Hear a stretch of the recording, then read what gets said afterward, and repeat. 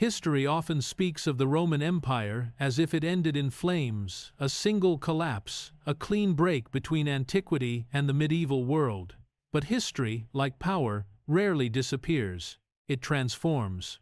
And nowhere was that transformation more remarkable than in the empire that called itself Romania, the Roman world reborn in the East. From the shimmering domes of Constantinople to the rugged mountains of Anatolia, this empire stood for over 1,000 years after Rome itself had fallen. It watched kingdoms rise and vanish, crusades thunder past its gates, and the faith of millions reshape the world, all while clinging to a single unbroken idea, that it was still Rome, the true Rome, ordained to endure. The Byzantine Empire was not merely a continuation of something old. It was a civilization that defined the very notion of survival. It rewrote Roman law, preserved Greek philosophy, and forged the identity of Eastern Christianity. Its scholars safeguarded the knowledge that would one day ignite the Renaissance. Its armies wielded fire that burned upon water, and its diplomacy turned war into art. At its height, its emperors ruled lands stretching from the deserts of Syria to the gates of Venice. At its weakest, it held only a single city, and even then, that city shone brighter than kingdoms 10 times its size. Yet Byzantium was never a simple story of rise and fall. It was a cycle of renewal, resilience, and faith against the odds. A realm where theology could decide wars, where intrigue could unmake dynasties, and where beauty itself became a language of power. It was an empire that lived on the edge of 2 worlds, Roman and Greek, Christian and pagan, East and West, forever balancing on the knife's edge of history. This is the story of that empire, of emperors and exiles, monks and mercenaries, architects and heretics, all bound by the same relentless question: can an idea survive when everything else is lost? The city that moved Rome. In the early 4th century, as the world seemed to tremble under the weight of collapsing certainties, a single decision would quietly change the fate of civilization. Rome, the eternal city, the center of law, power, and empire, was dying from within. Its marble heart was cracked by corruption, drained by decadence, and gnawed by the very ambitions it had once nurtured. To many, it seemed the empire's glory was fading into memory. Yet, amid this slow decay, one man saw beyond the crumbling walls.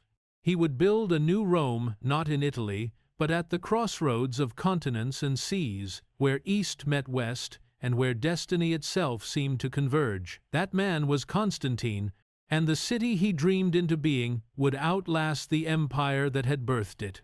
The transformation of a humble Greek colony into the beating heart of a new world was not an act of mere politics or geography.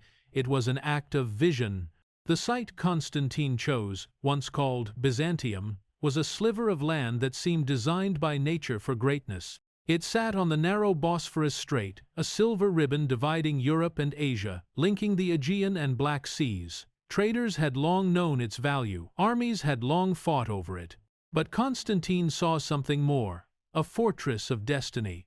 He stood on that headland in 324 CE, gazing at the waters where ships from every corner of the known world drifted like flecks of sunlight.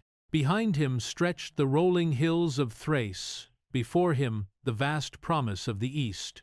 The wind that carried the scent of the sea also carried centuries of empire, Rome's triumphs, its faith, its burdens. And in that moment, Constantine decided Rome's future would no longer belong to Rome itself. It would be reborn here, on this glittering threshold of continents.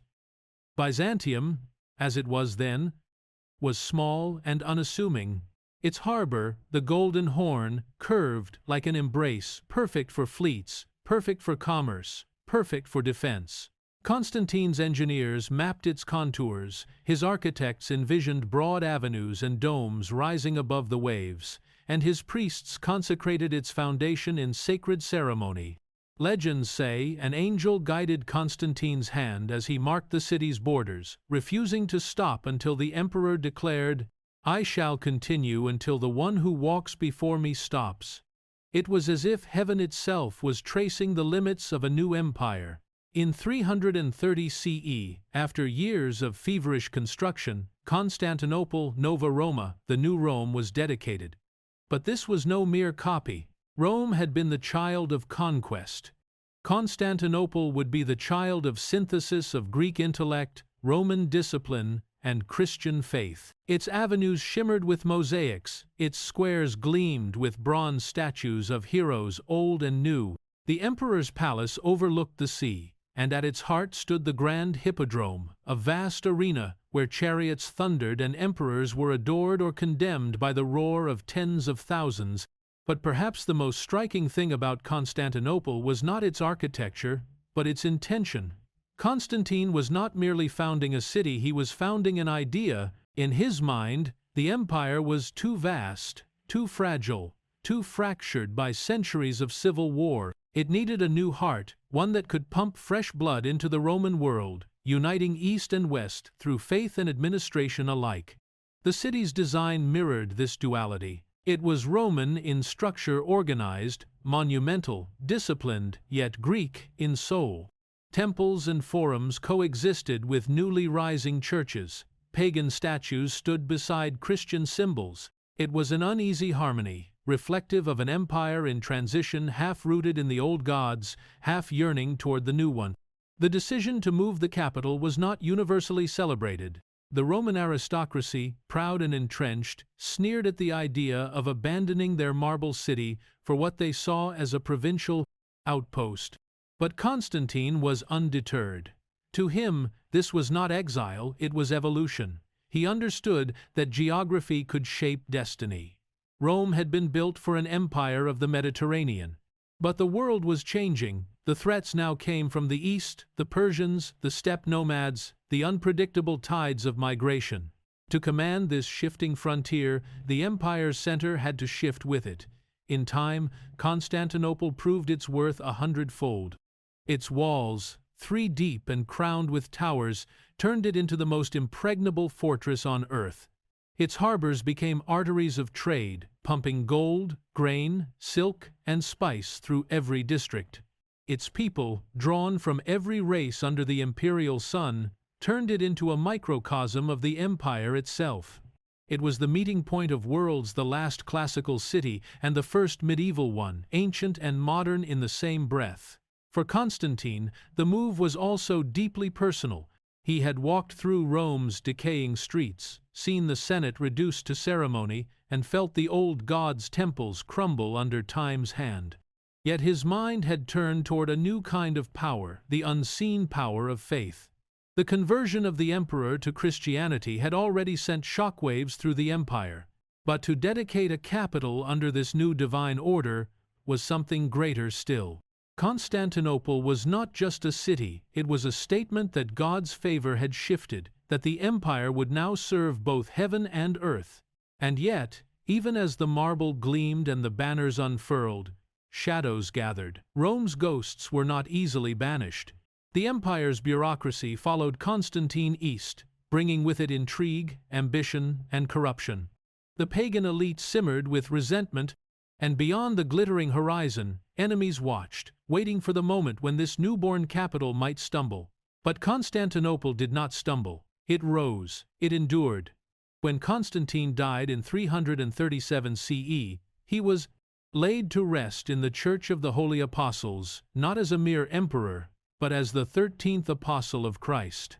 His sarcophagus stood among 12 others, symbolizing the apostles themselves, as if the empire's divine mission continued through him.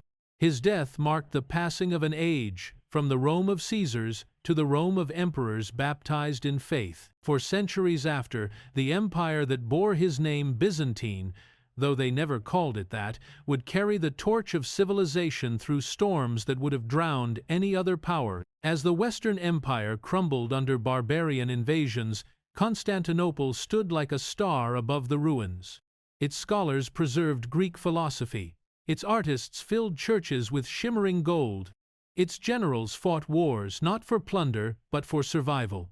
And through it all, the city remained not merely a capital, but a symbol. A promise that Rome's soul could never truly die. The miracle of Constantinople was not in its wealth or power, but in its endurance.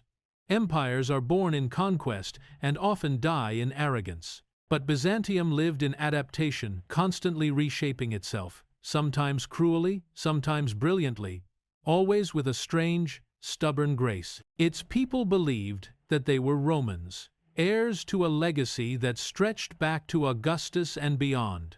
They saw no break, no fall, only continuity. Rome had changed its body, but its spirit endured in the shining domes of the Bosphorus. It is almost poetic that the city itself mirrored this idea. Layer upon layer, it rebuilt itself, after fires, after sieges, after earthquakes. Its stones absorbed the centuries like memory. The same harbor that had seen Constantine's fleet would 1,000 years later see the sails of Crusaders and the black banners of the Ottomans. But that was yet to come. For now, in this first moment of its life, Constantinople was radiant, a dream made solid. In the markets, the air was thick with voices. Latin, Greek, Syriac, Armenian traders haggling over silks and spices, priests chanting prayers, soldiers clanking in armor. The scent of incense and salt water mingled with that of olive oil and wet stone. It was a city of contrasts, sacred and profane, serene and feverish, ordered yet chaotic, alive in every sense. And in the great palace on the first hill, the emperor looked out over the Golden Horn at dusk. The sea shimmered like a mirror of molten bronze. Bells rang from distant chapels. Beyond the water, the hills of Asia glowed red in the dying light. Constantine could not have known that his creation would outlive his empire by 1,000 years, or that it would one day fall only to rise again under another faith. But perhaps, in that quiet hour, he felt it, that sense of something eternal taking root. For what he built was not merely a city of stone, it was a city of memory, a city that would hold the past and the future in a single embrace, the last Rome and the first of something new. It would be tested, it would be betrayed, it would be burned, besieged, and rebuilt. But it would never truly die, for as long as Constantinople stood, Rome endured, and thus began the story of Byzantium, the empire of paradox, of faith and flame, born from the ashes of one world and destined to light another. Faith and power, Constantine's Christian turn. When Constantine laid the foundations of his shining new capital, he was not merely building walls and forums, he was building a new world. The stones of Constantinople were bound not just by mortar, but by belief. Rome had been founded by legend, by wolves, wars, and the favor of pagan gods. Constantinople, however, would be built in the shadow of a cross. But the journey from emperor to God's chosen ruler was neither sudden nor simple. It began years before the city's walls rose from the Bosphorus, in a time of civil war and uncertainty, when an empire divided by ambition and faith stood at a precipice. Constantine's life, like the empire he would reshape, straddled two worlds, one pagan, one Christian. Born around 272 CE in the city of Naissus, in what is now Serbia, he grew up in the dying glow of the old Roman order. His father, Constantius, was a competent general who served under Emperor Diocletian and later ruled the western provinces. His mother, Helena, was a woman of humble birth, but one whose faith would change history. It was through her that Constantine first glimpsed Christianity not as a doctrine, but as a quiet, stubborn faith that survived persecution. The Roman world at that time was a cauldron of competing powers. The great imperial machine, stretched to its limits, had been divided under Diocletian's reforms, 2 emperors and 2 junior emperors ruling east and west in a fragile partnership called the Tetrarchy. But harmony was a dream. Ambition, fear, and the endless hunger for legitimacy turned colleagues into enemies. The empire that had conquered the known world now consumed itself. It was amid this chaos that Constantine rose. In 306 CE, after his father's death in Britain, the legions hailed him emperor. It was a dangerous honor. The empire already had more emperors than it could endure. Civil wars flared like brushfires.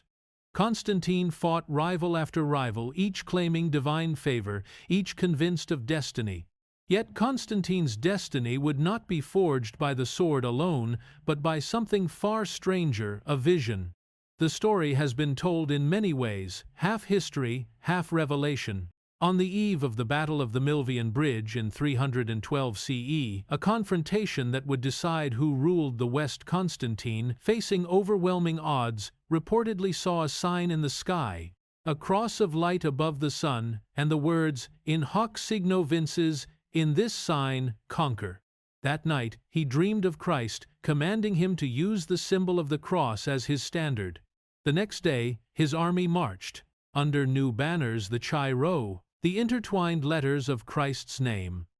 Against all expectation, Constantine triumphed. His rival, Maxentius, drowned in the Tiber, and the road to Rome lay open. It was a victory that changed everything. To Constantine, it was proof that a new power higher than any god of Rome had chosen him. To his followers, it was the dawn of a new age. When he entered Rome, the city that had crowned and consumed emperors for 1,000 years, Constantine refused the traditional sacrifices to Jupiter. He did not kneel to the old gods. Instead, he gave thanks to the one he believed had delivered him. This was not yet full conversion, not yet the devout faith of later centuries, but it was a beginning. Historians still debate what Constantine truly believed. Was he a genuine convert, or a pragmatic politician who saw in Christianity a unifying force for a fractured empire? Perhaps he was both a man who believed, but also understood, that faith could serve power as much as power could serve faith. The truth may lie somewhere between conviction and calculation. After the Milvian Bridge, Constantine moved swiftly. He issued, with his eastern co-emperor, Licinius, the Edict of Milan, in 313 CE. A document that changed the moral landscape of the empire. It granted religious tolerance to Christians and restored confiscated property. After centuries of persecution, from Nero's torchlit gardens to Diocletian's blood-soaked decrees, the followers of Christ could finally worship without fear. For the first time, Christianity was not an underground movement. It was a protected faith, sanctioned by imperial authority. The persecuted had become participants in power. Constantine understood that this alliance could bind his empire together. The old Roman religion had fractured its pantheon too many, its meaning too thin. The empire needed unity not only of borders but of belief. Christianity, with its universal message and disciplined clergy, offered a structure that mirrored imperial governance. Bishops became administrators of the soul, much as governors administered provinces. The Church, with its councils and creeds, became a mirror of empire and soon an indispensable part of it. But this new relationship was not without tension. The very faith Constantine elevated was already divided. Theology, once confined to secret gatherings, now became imperial business. Debates that had once echoed through catacombs now echoed in palaces. In 325 CE, the emperor summoned the first great ecumenical council, the Council of Nicaea, to resolve a crisis threatening the unity of his new faith. The controversy centered around a priest from Alexandria named Arius, who argued that Christ was divine but not equal to the Father, a being created before time, yet not eternal. His opponents, led by the fiery Athanasius, declared that the Son was of one substance with the Father, eternal and uncreated. This was not an academic dispute. It was a question of what kind of God ruled the empire, one supreme and unchanging, or one whose Son was subordinate. The emperor presided not as theologian, but as arbiter of harmony. The council, after months of debate, sided with Athanasius. The Nicene Creed was born, a declaration of faith that still echoes in churches today. We believe in one God, the Father Almighty, and in one Lord Jesus Christ, the Son of God, begotten not made, being of one substance with the Father. Constantine's role in this moment cannot be overstated. In bringing bishops from across the empire together, he gave the Church its first taste of universality and of imperial power. From that point onward, theology and politics would intertwine in ways neither could easily escape. And yet, Constantine's Christianity remained uniquely imperial. He continued to mint coins, bearing the sun god Sol Invictus, even as he built churches to Christ. He saw no contradiction in merging divine favor with earthly authority. To him, empire was God's instrument and he, its chosen steward. When he finally dedicated Constantinople in 330 CE, the fusion was complete.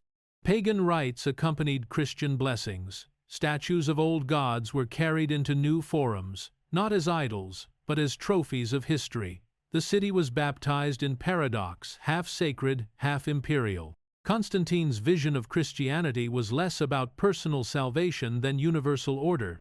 He saw it as a cosmic hierarchy, mirroring the empire's own God as emperor of heaven, himself as emperor of earth, ruling in divine harmony. The concept of Caesaropapism, imperial authority over church matters, was born here, in the glittering halls of Constantinople. It would define Byzantine governance for 1,000 years. But faith is never easily tamed by politics. Even in Constantine's lifetime, the tension between emperor and churchmen began to show. Bishops, emboldened by imperial support, grew in power and influence. Councils became battlegrounds not only of doctrine but of allegiance. Constantine himself wavered between factions, exiling bishops one year and recalling them the next. In 337 CE, as he lay dying in Nicomedia, the man who had united empire and faith finally received baptism. It was a symbolic moment, the first Christian emperor formally entering the faith he had championed. Whether he waited out of humility, superstition, or statecraft remains uncertain. What is clear is that his death marked a new beginning. After Constantine, the Roman Empire could never return to what it had been. The old gods were silent. The temples of Jupiter and Mars stood empty or repurposed. The emperor's image, once that of divine conqueror, now bore the cross. The transformation was irreversible. Yet the seeds of future conflict had already been sown. The alliance between church and empire, so carefully crafted, would prove both a blessing and a curse. Faith would lend legitimacy to rulers, but rulers would shape faith in their image. Dogma would divide as much as it united, and the empire that Constantine had consecrated would one day split not just politically, but spiritually into two worlds, Latin and Greek, Catholic and Orthodox, West and East. But for now, in the radiant years after Constantine's death, the dream seemed whole. Constantinople gleamed like a second sun. Its churches rose higher than its palaces. Its streets were filled with pilgrims, monks, and merchants, a living mosaic of empire and faith. The empire had found its new soul, even as the old one faded into history. The fusion of cross and crown would define Byzantine identity for a millennium. It was both shield and shackle, a faith that sanctified kings and a throne that claimed divine purpose. From the smallest village chapel to the marble domes of the capital, all believed themselves part of a grand design, a Christian Rome, eternal and ordained. Yet beneath this shimmering surface lay questions that would haunt Byzantium for centuries. Could faith survive power without being corrupted by it? Could an empire serve God and Caesar equally? And what would become of a world where heaven and earth were so perilously entwined? Those questions would echo through every coronation, every heresy trial, every war fought in the empire's name. They began here, in the mind of one emperor who saw the cross in the sky and built an empire to match its light. And as the centuries turned, that light, sometimes radiant, sometimes dim, would guide the Byzantines through triumph and tragedy alike, until the day it flickered on the last walls of Constantinople. But that, as all stories of glory and ruin, was still far in the distance. For now, the empire of faith and power had only just begun to breathe. The empire of suns and shadows. When Constantine the Great closed his eyes for the last time in 337 CE, the empire stood poised on a knife's edge. His life's work, the unification of Rome under a single ruler and the consecration of Christianity as its guiding faith, had reshaped the world. Yet in death, he left behind something both magnificent and fragile. A house divided among sons who shared his blood, but not his vision.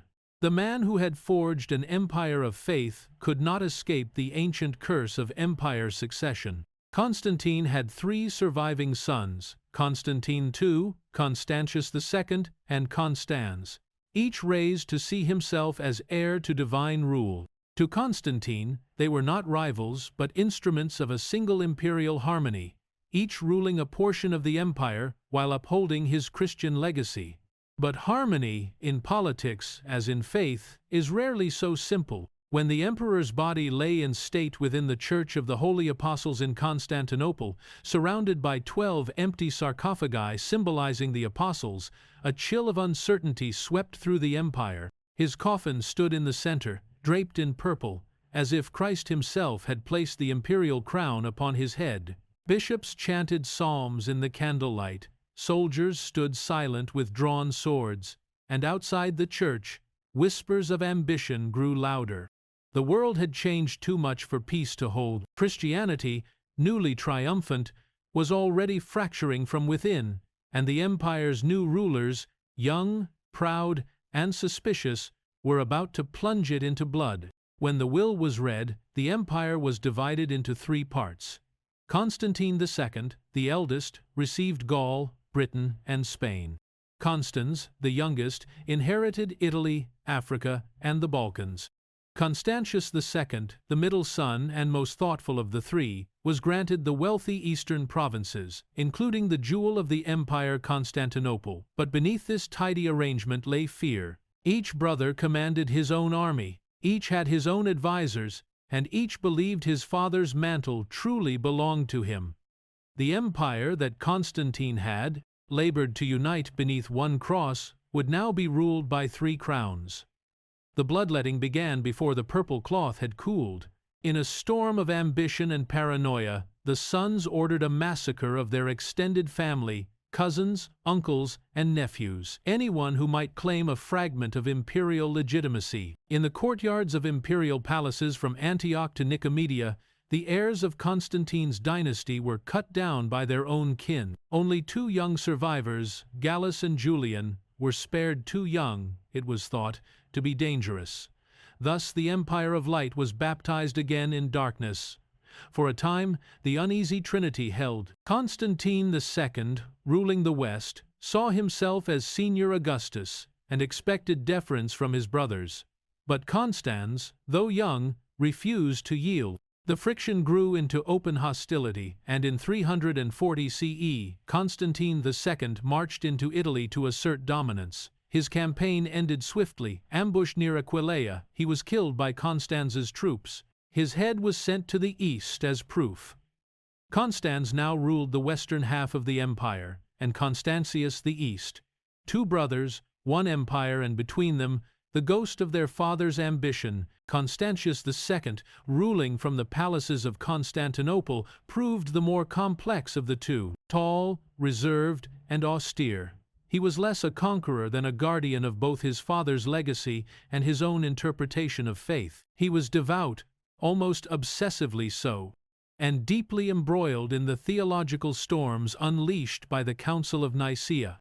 The Arian controversy, far from ending at the council, had only grown sharper. While the Nicene Creed declared the Son of one substance with the Father, many bishops, particularly in the East, found this formulation too rigid, too philosophical. They sought compromise formulas, half measures between the extremes.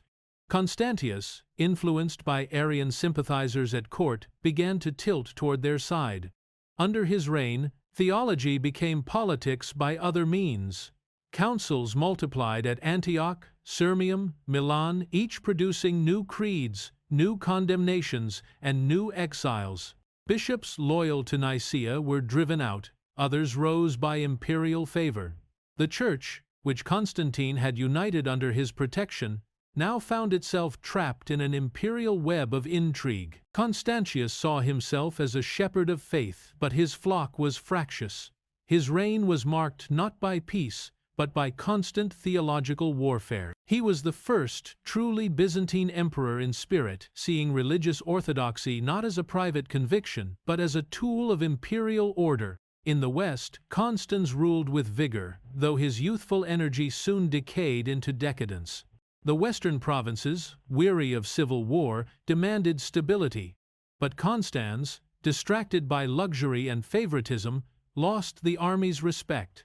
In 350 CE, a general named Magnentius rose in rebellion, proclaiming himself emperor in Gaul. Constans fled, but was overtaken and killed in the Pyrenees. Once more, the empire was plunged into chaos. Constantius, now sole ruler, faced the impossible to govern a realm stretching from Britain to Syria, while heresy burned through its churches and usurpers through its legions. He spent years putting out fires first, defeating Magnentius in a brutal campaign that ended with the usurper's suicide, then turning east to fend off the Persians who pressed the empire's fragile borders. But as he aged, Constantius became increasingly solitary, mistrustful, and obsessed with divine legitimacy. He built churches, banished theologians, and filled his court with bishops eager to please the emperor more than God. His rule was one of austere grandeur, silver processions through the hippodrome, endless theological edicts, and public ceremonies that blurred the line between emperor and priest. And yet, behind the glitter, cracks deepened. The faith that had once united the empire now divided it. The Creed of Nicaea was whispered in defiance. Its champions, like Athanasius of Alexandria, lived half their lives in exile. The people of Constantinople, fiercely devout, rioted over each shift in doctrine. The empire's soul, much like its ruler, was torn between certainty and fear. Still, in this turmoil, the Byzantine idea was taking shape, an empire where theology was politics, where debate was destiny, and where every emperor saw himself not merely as ruler, but as guardian of divine truth. In 355 CE, Constantius recalled one of the few surviving relatives of his father's purges, Julian, the young nephew who had grown up in scholarly exile. He was sent to Gaul as Caesar, a junior emperor tasked with defending the western frontier. It was a pragmatic move. The empire needed victories, and Julian's reputation as a brilliant student and philosopher offered hope. But fate has a cruel sense of irony. Julian did not merely defend Gaul, he saved it. His campaigns against the Germanic tribes were swift, disciplined, and astonishingly successful. Soldiers adored him. The people called him Augustus. And though he paid lip service to Christianity, his heart belonged to the old gods, to Plato, Apollo, and the fading splendors of pagan philosophy. Constantius, ever suspicious, ordered Julian to send part of his army east. The troops refused, proclaiming Julian emperor in 360 CE. Civil war loomed once again. But before the armies could meet, Constantius fell ill and died near Tarsus, leaving the empire and its contradictions to his unlikely heir. Julian, remembered by history as the apostate, ascended the throne as the last pagan emperor of Rome. His reign would be brief 2 years, but it would echo for centuries. Where Constantine had seen a cross in the sky, Julian saw deceit. He believed Christianity had weakened Rome, drained its martial vigor, and replaced noble virtue with superstition. His dream was not to destroy the empire's faith, but to restore its forgotten soul. He reopened temples, revived sacrifices, and sought to reweave the fabric of the ancient gods into the empire's identity. In his letters, he wrote not as tyrant, but as philosopher, urging tolerance, moral reform, and a return to wisdom. Yet even as he dreamed of reviving the old world, history had already moved beyond him. Christianity, now entrenched in law and life, could not be undone. The people of the empire, soldiers, scholars, peasants, had found meaning in the new faith that the old myths could no longer provide. Paganism, majestic in memory, hollow in practice, flickered like the dying embers of an ancient fire. In 363 CE, Julian marched east against the Persians, seeking to restore the empire's prestige in the old Roman manner through conquest. But in the heat of battle near Ctesiphon, he was struck by a spear. Mortally wounded, he whispered, "Thou hast conquered, Galilean." With his death, the dream of restoring the pagan past died with him. The cross, once a symbol of persecution, was now the unchallenged emblem of empire. After Julian came Jovian, a brief and harried reign that lasted only 8 months, followed by Valentinian in the west, and his brother Valens in the east. Another division, another uneasy partnership. Valentinian, pragmatic and stern, ruled from Milan. Valens, cautious and deeply Arian in faith, from Constantinople. The empire had by now fully become 2 twin orbits around a fading sun. The West remained Latin, worldly, increasingly fragile. The East, Greek-speaking, administrative, introspective, was becoming something else entirely. The Byzantine Empire in all but name. Valens, ruling the East, faced the empire's greatest test yet, not in theology, but in war. From beyond the Danube came the Goths, refugees, fleeing the storm of the Huns. Valens, seeking to control and tax them, permitted their entry, a decision born of policy and hubris. Corruption among Roman officials turned welcome into tragedy. Starving and mistreated, the Goths rebelled. In 378 CE, at Adrianople, Valens met them in battle. The emperor, convinced of his superiority, refused to wait for reinforcements. The result was catastrophe. The Roman army, the proud inheritance of centuries, was annihilated. Valens himself perished, his body never found. Adrianople shattered the illusion of invincibility. Rome was no longer the conqueror, but the besieged. Yet, out of that ruin rose something paradoxical: endurance. The Eastern Empire, though wounded, survived. Its bureaucrats rebuilt, its walls held, its capital remained secure. Constantinople endured while the West would soon crumble into barbarian kingdoms. Through all these storms, family bloodshed, theological wars, and military catastrophe, one thing remained constant: the belief that the empire, however scarred, was still Rome. Its emperors saw themselves not as successors to a fallen past, but as custodians of eternity. The legacy of Constantine, reshaped by suns and shadows, had taken root. The empire that emerged from the 4th century was not the empire Constantine had left. It was leaner, harder, more introspective, an empire of faith, bureaucracy, and resilience. It no longer dreamed of conquering the world, it dreamed of preserving it. And so, as the sun set over the Bosphorus and the muezzin winds of the future whispered unseen, Byzantium began to become itself, not Rome's reflection, but Rome's transformation. The age of the Caesars was gone. The age of emperors in purple and gold, crowned beneath mosaics of Christ, had begun. The last emperor of a united world. By the time Theodosius entered the stage of history in the late 4th century, the Roman world was a patchwork of scars, bloodlines extinguished, faiths divided, and legions weary of marching in circles through the ruins of former glory.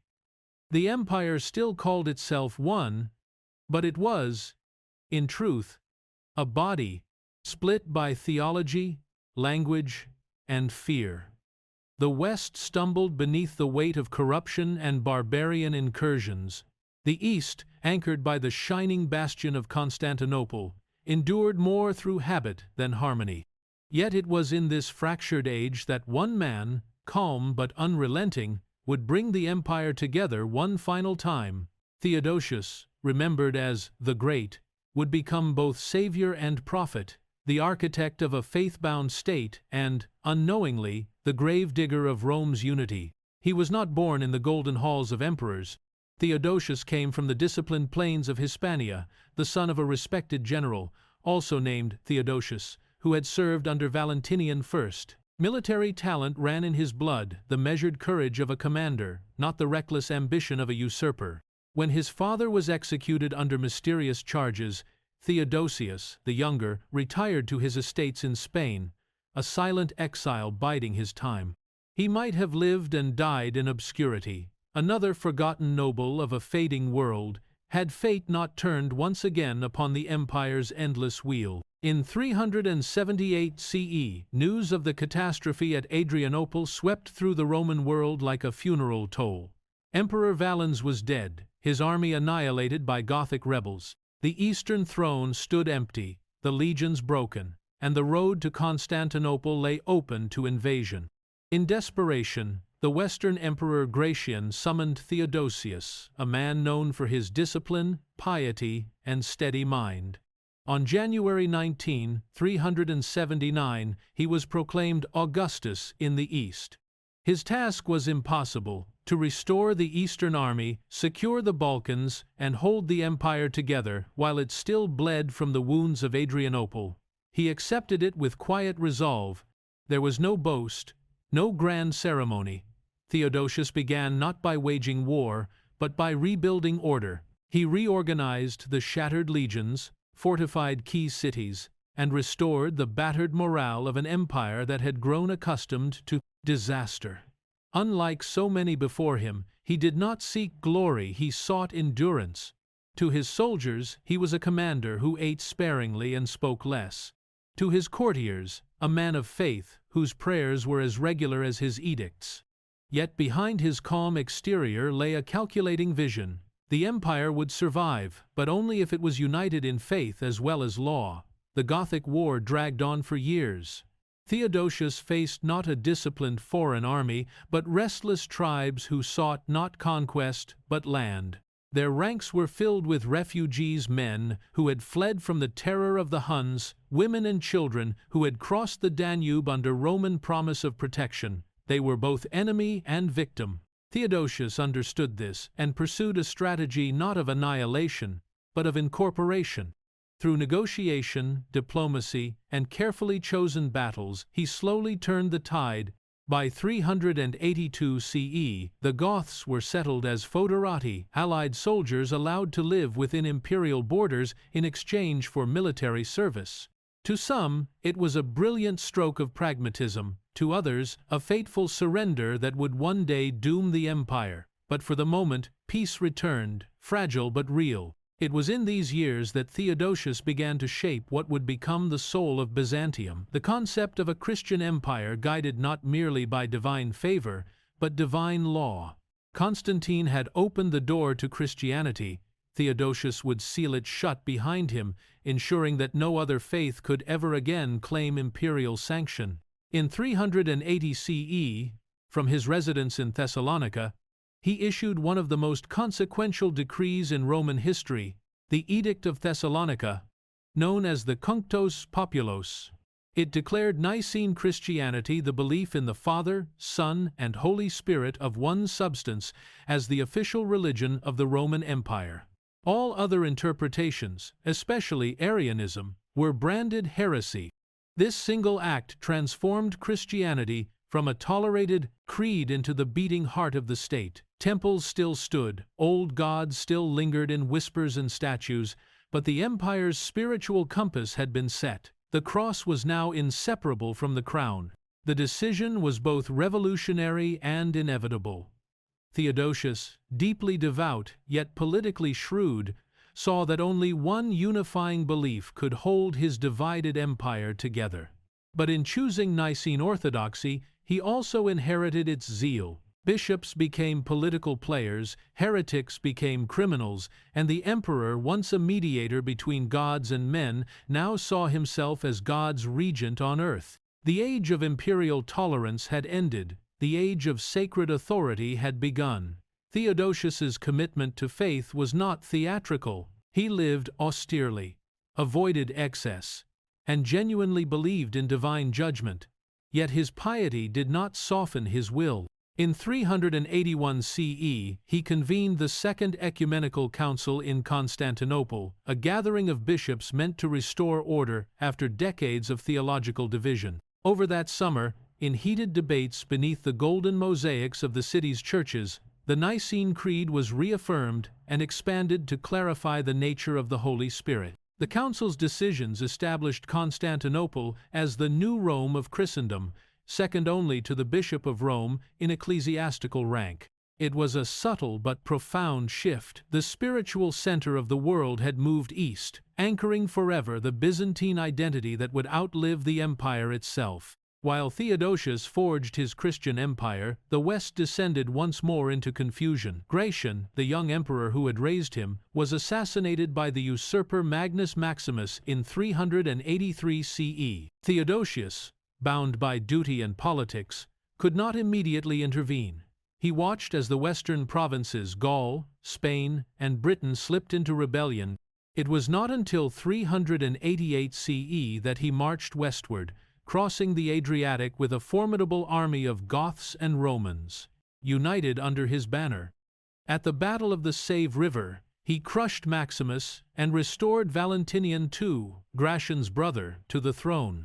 For a brief, dazzling moment, East and West stood united under one faith and one emperor. Theodosius entered Rome not as conqueror but as restorer, the first emperor in decades to be greeted with both reverence and relief. Yet peace never lasted long in the empire of contradictions. Valentinian II, young and unstable, died under suspicious circumstances in 392 CE, perhaps suicide, perhaps murder. The usurper Eugenius rose in his place, backed by the pagan general Arbogast, who sought to restore the old gods as a rallying cry against the Christian East. The final confrontation between paganism and Christianity was at hand. In the summer of 394 CE, Theodosius marched once more, his banners gilded with crosses, his army accompanied by monks chanting hymns. The two forces met in the Julian Alps at the river Frigidus. The battle raged for 2 days, a brutal clash of faiths as much as men. On the second day, a violent windstorm, later interpreted by chroniclers as divine intervention, blew dust and arrows into the faces of the pagan army. Theodosius's troops, reinvigorated, broke through the lines. Eugenius was captured and executed. Pagan resistance, political and religious, was broken forever. When Theodosius entered Milan after his victory, the old temples were silent, their fires extinguished. The Roman world for 1,000 years, sustained by Jupiter, Mars, and Venus, had finally yielded to the dominion of Christ. The old religion did not die with a single decree, but with a sigh that would echo through centuries. Statues were toppled, temples converted into churches, and festivals rededicated to saints. Theodosius forbade pagan sacrifices, closed oracles, and dismantled the last state cults. He was not merely emperor, he was reformer, legislator, and missionary, all in one. But his rule was not without moral trials. The most famous came in 390 CE, in the city of Thessalonica. A popular charioteer, beloved by the crowd, had been arrested for misconduct. When the local military commander refused to release him, riots broke out. The mob murdered the commander, and in retaliation, Theodosius, furious and impulsive, ordered a massacre. The troops sealed the city's hippodrome and slaughtered thousands. The blood that soaked the sand stained not only the empire but the emperor's conscience. When news reached Ambrose, the powerful bishop of Milan, he confronted Theodosius. In a moment that forever redefined the relationship between church and state, Ambrose barred the emperor from entering the cathedral until he repented publicly for his sin. Theodosius, torn between pride and faith, yielded. He removed his imperial robes, donned sackcloth, and wept before the altar. The image of the emperor, God's chosen ruler, kneeling before the priest, was revolutionary. It symbolized a new order. The emperor might govern the earth, but the church now governed the soul. That moment, quiet and humbling, became the cornerstone of medieval political thought. In the centuries to come, kings and emperors would invoke Theodosius's penance as proof that no mortal crown stood above divine law. As the years drew on, the emperor's strength waned. His body, worn by campaigns and the weight of governance, grew frail. Yet his mind remained sharp, his faith unshaken. He sought not conquests but legacy. He built churches, reformed laws, and ensured his two sons, Arcadius and Honorius, would inherit the eastern and western thrones. In 395 CE, after one last triumphal visit to Constantinople, he fell ill. Surrounded by his generals and bishops, he gave his final command that the empire remain one in faith, if not in body. Then, in January, Theodosius the Great breathed his last. The mourning was immense. In the capital, processions filled the streets, monks and soldiers walked side by side. His body was carried through the golden gates of Constantinople, laid to rest in the Church of the Holy Apostles beside Constantine himself, the two emperors who had made the cross an emblem of empire. Bells tolled, and chants rose into the marble domes. Theodosius was gone, and with him, the dream of a united Roman world. For though his reign had bound east and west for a brief shining moment, his death sealed their final division. Arcadius ruled the east from Constantinople, cautious, manipulated by courtiers. Honorius governed the west from Ravenna, timid, isolated, and surrounded by decay. The empire's twin halves would drift apart, each following its own fate. The west would crumble under the weight of invasions and corruption. The east, now unmistakably Byzantine, would endure for another 1,000 years. Yet Theodosius left behind something greater than borders or armies. He left a world redefined. His laws had entwined empire and faith, his councils had codified doctrine, and his humility had consecrated the supremacy of conscience over crown. The Byzantine world that followed, with its emperors anointed by patriarchs, its walls rising to hymns, its armies marching under icons, was his true inheritance. The old Rome of iron and marble had given way to a new Rome of faith and endurance. In the flicker of candlelight within the churches he built, one can still sense the gravity of his vision, an empire sanctified, a world redeemed through order and belief. He had not merely ruled an empire, he had reshaped civilization itself. And as dawn broke over the domes of Constantinople on the morning after his death, the empire mourned not just its ruler, but the last man who had held the Roman world east and west in the palm of his hand. The fall of the Western world, when Theodosius the Great's body was laid to rest in the Church of the Holy Apostles in 395 CE. The incense that rose over Constantinople's skyline carried more than mourning, it carried the scent of change. The Roman Empire, once a single heartbeat stretching from the Atlantic to the Euphrates, was now divided not only by geography but by destiny. Two young emperors, Arcadius and Honorius, stood as twin heirs to a fractured inheritance. One ruled from the marble splendor of Constantinople, the other from the damp marshes of Ravenna. They were the sons of the last emperor to rule both east and west, but neither possessed his strength, his clarity, or his vision. What began as a peaceful division of administration soon hardened into a permanent fracture. The world of Rome, ancient, proud, and vast, was unraveling thread by thread. Theodosius's death had come too soon for the empire he had so carefully stitched together. His eldest son, Arcadius, was barely 18, timid and easily swayed. In Constantinople, the palace corridors filled with whispering courtiers, eunuchs, and generals vying for influence. The real power behind the throne was Rufinus, a cunning bureaucrat with ambitions that outstripped his loyalty. In the West, young Honorius fared no better.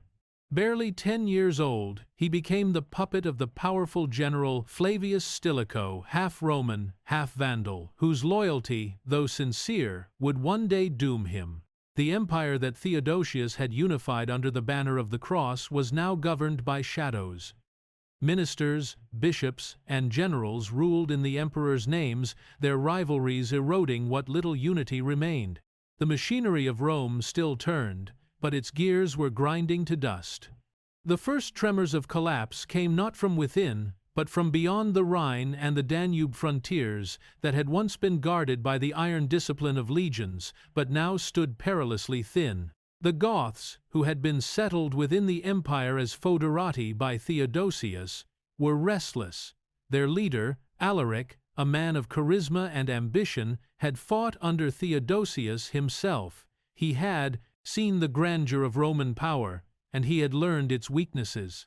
Promised rewards and recognition that never came, he turned against the empire that had once employed him. In 395, mere months after Theodosius's death, Alaric and his Gothic warriors rose in revolt. They swept through the Balkans, burning cities and plundering the countryside. Constantinople itself trembled. Though its formidable walls, and the golden chain across the Bosphorus held firm. The new emperor Arcadius, paralyzed by fear and indecision, did little. The Eastern court, preoccupied with its own intrigues, watched as the Gothic storm turned westward. Alaric marched into Greece, sacking cities that had once been the cradle of civilization: Corinth, Sparta, even Athens itself. The ancient temples stood silent as fire consumed marble and history alike. For the first time in centuries, the Roman world was reminded that its borders were not eternal lines, but fragile illusions. It fell to Stilicho, the general guarding the Western Empire, to act. Moving swiftly from his base in Italy, he pursued Alaric across the Adriatic, defeating him in battle near Pollentia in 402 CE. Yet even in victory, Stilicho could not destroy him. The Goths retreated north, wounded but unbroken, and Stilicho returned to Italy, hailed as savior. He was a soldier of the old Roman breed, disciplined, loyal, and pragmatic.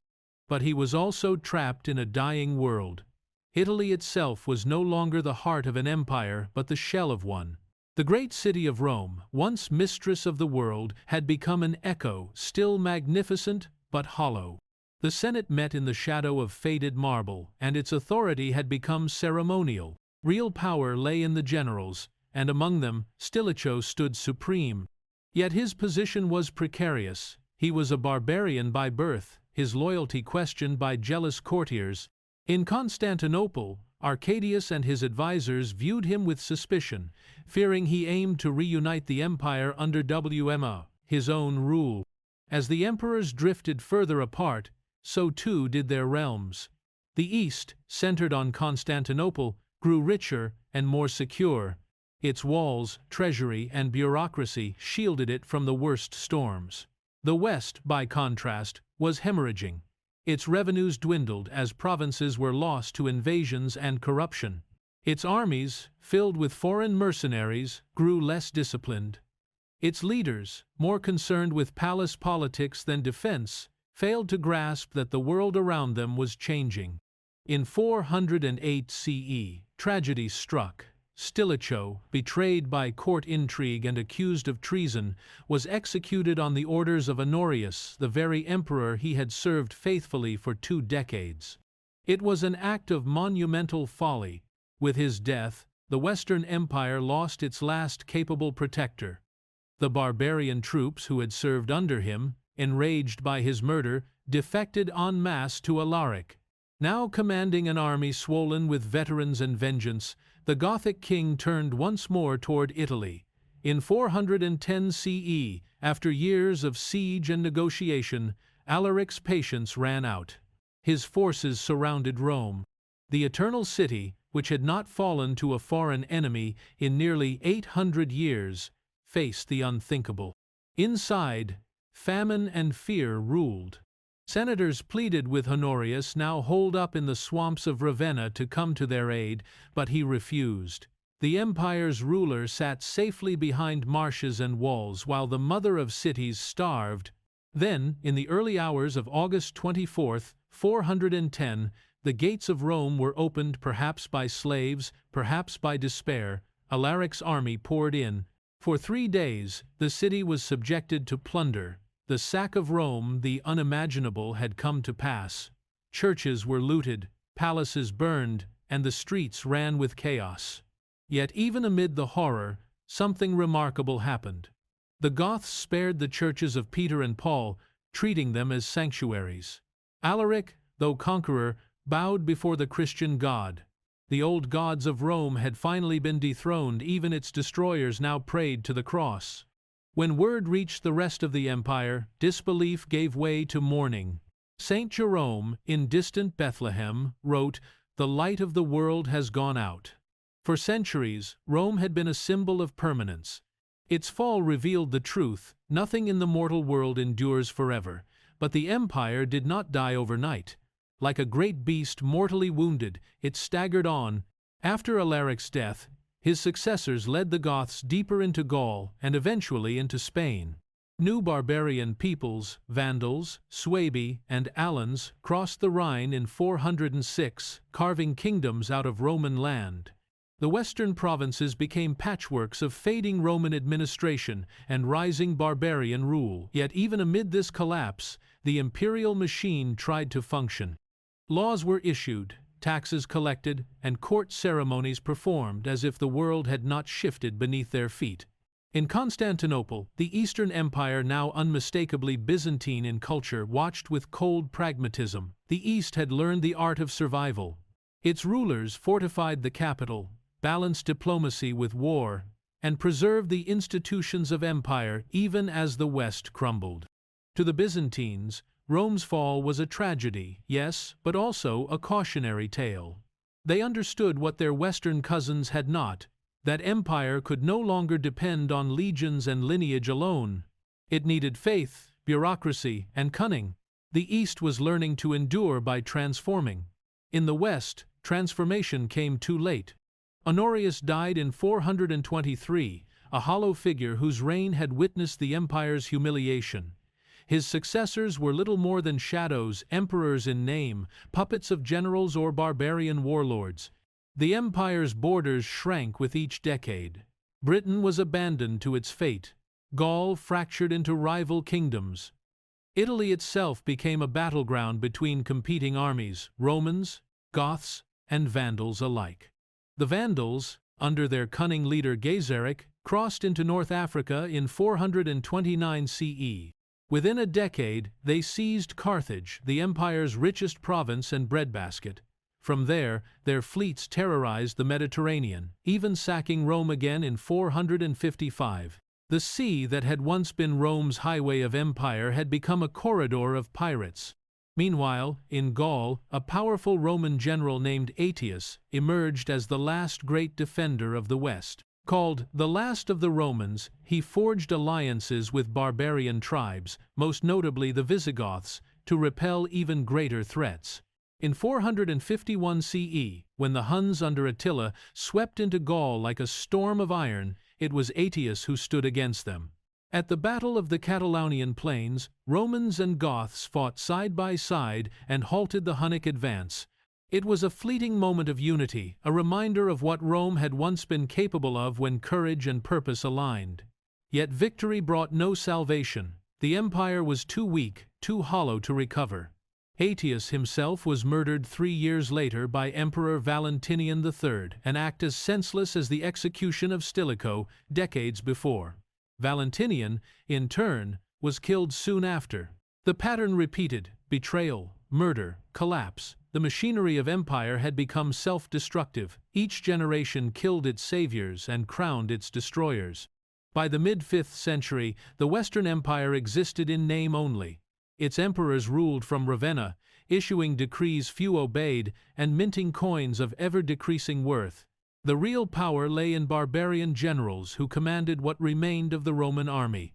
One of these was Orestes, a Romanized Pannonian who placed his young son Romulus on the throne in 475 CE, a child emperor with a name heavy with irony, Romulus Augustulus, the Little Augustus. He would be the last to bear the imperial title in the West. In the following year, a Germanic chieftain named Odoacer, leader of the Foederati soldiers who had once fought for Rome, marched on Ravenna. He offered a simple demand: land for his men, recognition of their service. Orestes refused. War followed, brief and brutal. Orestes was executed. Ravenna fell. In September of 476 CE, Odoacer deposed the young emperor and sent the imperial regalia, the purple cloak and diadem, to Constantinople. The message was clear: there was no longer need for two emperors. The Roman Empire in the West was finished. But in the East, the response was curiously calm. Emperor Zeno accepted the gesture and granted Odoacer the title of patrician, effectively recognizing him as ruler of Italy under nominal imperial authority. To Constantinople, the fiction of a united empire still mattered. Rome might have fallen, but the empire lived on in the marble palaces by the Bosphorus, in the laws, the faith, and the unbroken line of emperors who called themselves Basileus ton Romaeon, Emperor of the Romans. The West had perished, Byzantium had begun. The fall of the Western Empire did not come with the crash of thunder, but with the sigh of inevitability. No single battle destroyed it, no single man betrayed it. It died from within, from exhaustion, arrogance, and an inability to change. Its people clung to old forms, old hierarchies, while the world evolved around them. In contrast, the Eastern Empire adapted, embracing Greek language, Christian theology, and a bureaucracy that could outlast kings and invasions alike. The Byzantine state that emerged from Rome's ashes was not merely a continuation, it was a metamorphosis. And yet, the memory of the West never vanished. In Constantinople, emperors continued to speak of Rome as if it still lived. They prayed for its soul and crowned themselves as its heirs. To them, there was no Byzantine Empire, only the Roman Empire, eternal and indivisible, even as the map said otherwise. That belief in continuity amid ruin was the secret of their endurance. For the people of the West, however, the world had changed forever. Latin civilization gave way to a patchwork of kingdoms: Gothic, Vandal, Frankish, Lombard. Yet beneath their rough exteriors, the ghosts of Rome persisted in their laws, their architecture, their Christianity. The empire was gone, but its spirit, like embers under ash, still glowed. As the sun set over the Adriatic on that fateful September evening in 476, the Roman world breathed its last. But across the sea, in the gleaming city of Constantine, the flame of empire burned on, reshaped, purified, and tempered by survival. The West had fallen, but the East would stand for 1,000 years more. The Roman eagle had not died, it had taken flight toward the rising sun. The empire reborn. By the closing years of the 5th century, the map of the Mediterranean had been redrawn beyond recognition. The Western Roman Empire was gone, its eagles scattered among the kingdoms of Goths, Vandals, and Franks.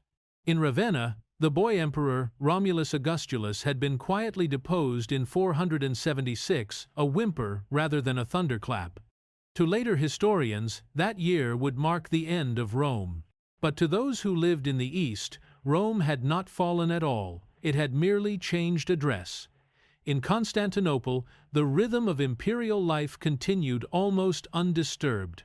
Processions wound through marble streets, the Senate still convened beneath golden ceilings, the emperor's purple still gleamed in the morning light. From the vantage point of the Bosporus, the chaos in Italy seemed like a provincial misfortune, not an apocalypse.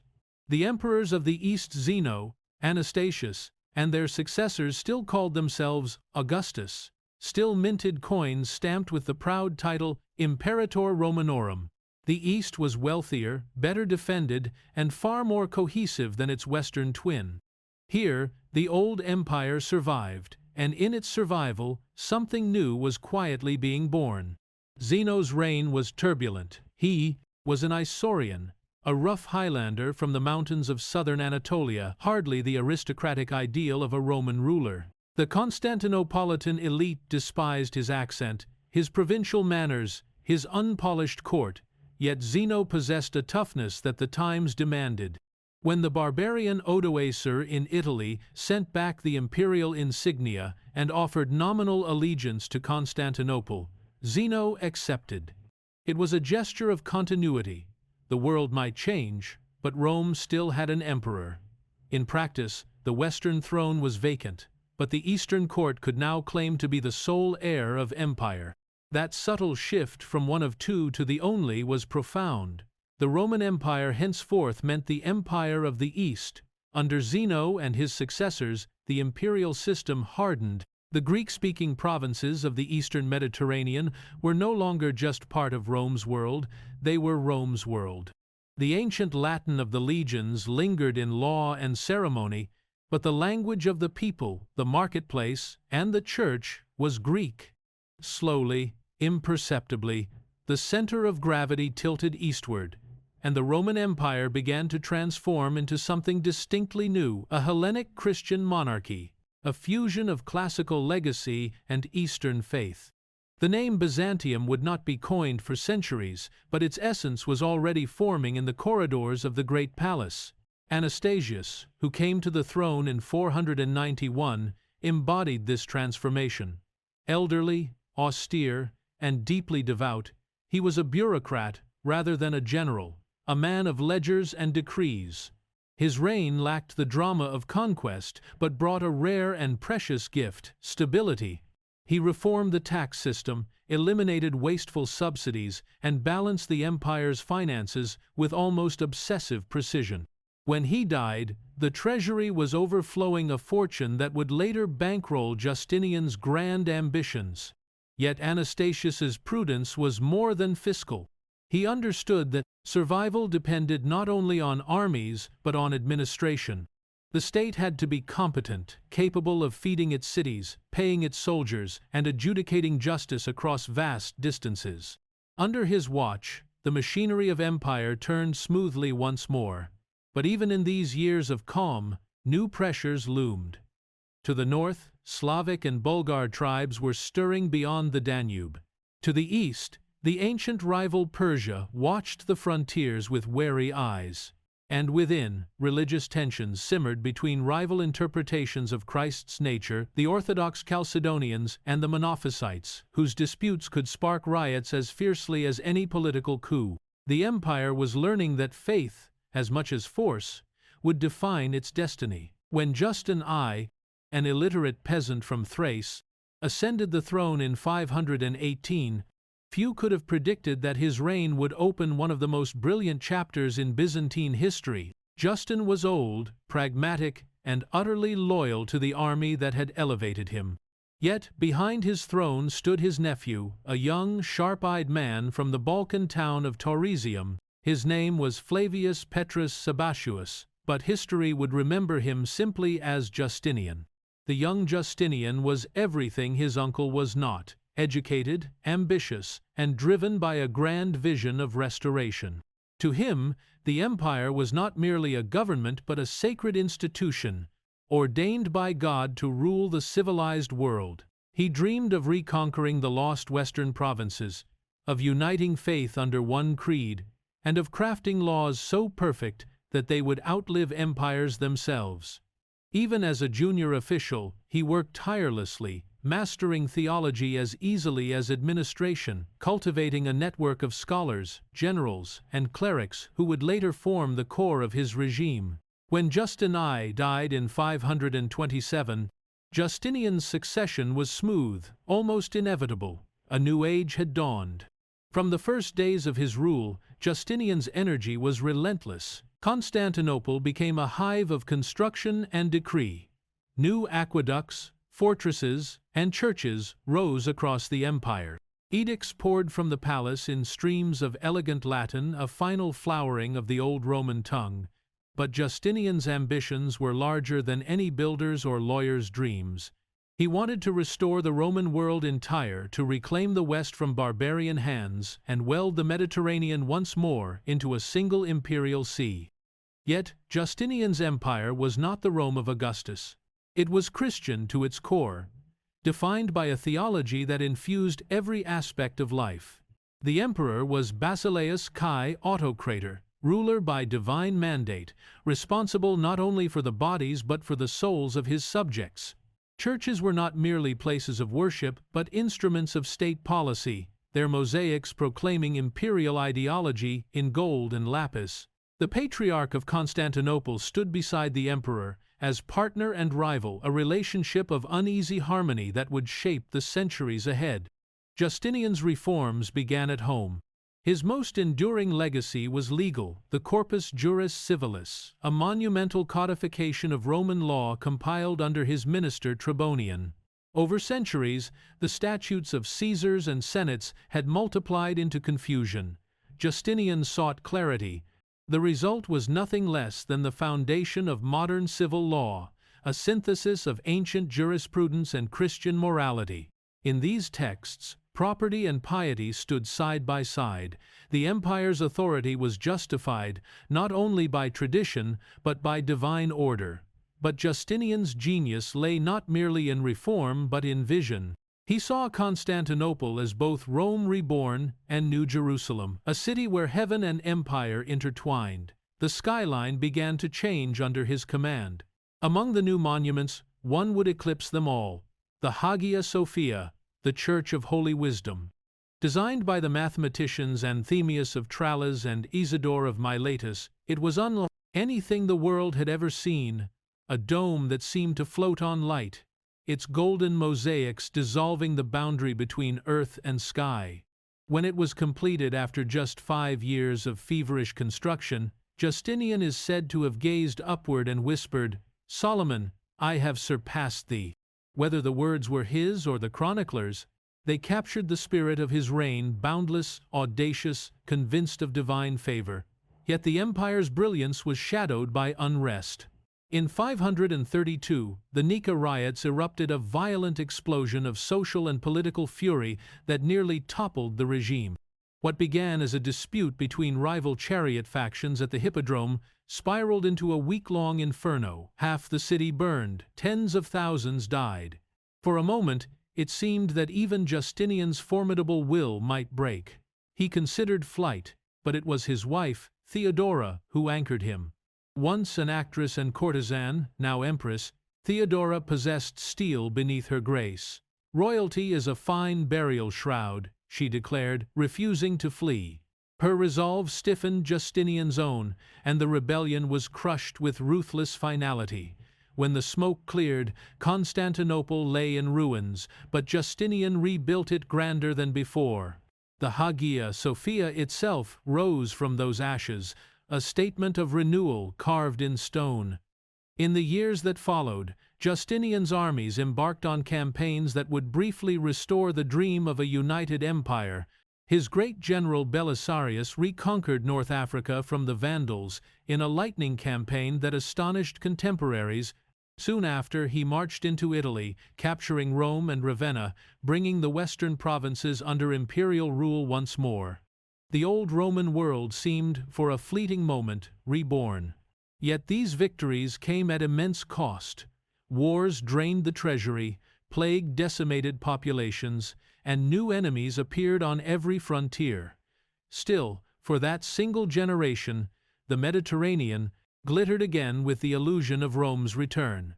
Within Constantinople, the sense of destiny was palpable. Scholars debated theology in candlelit halls. Bureaucrats drafted edicts that would shape empires unborn. Merchants carried silk and spices from the east, gold and grain from Egypt.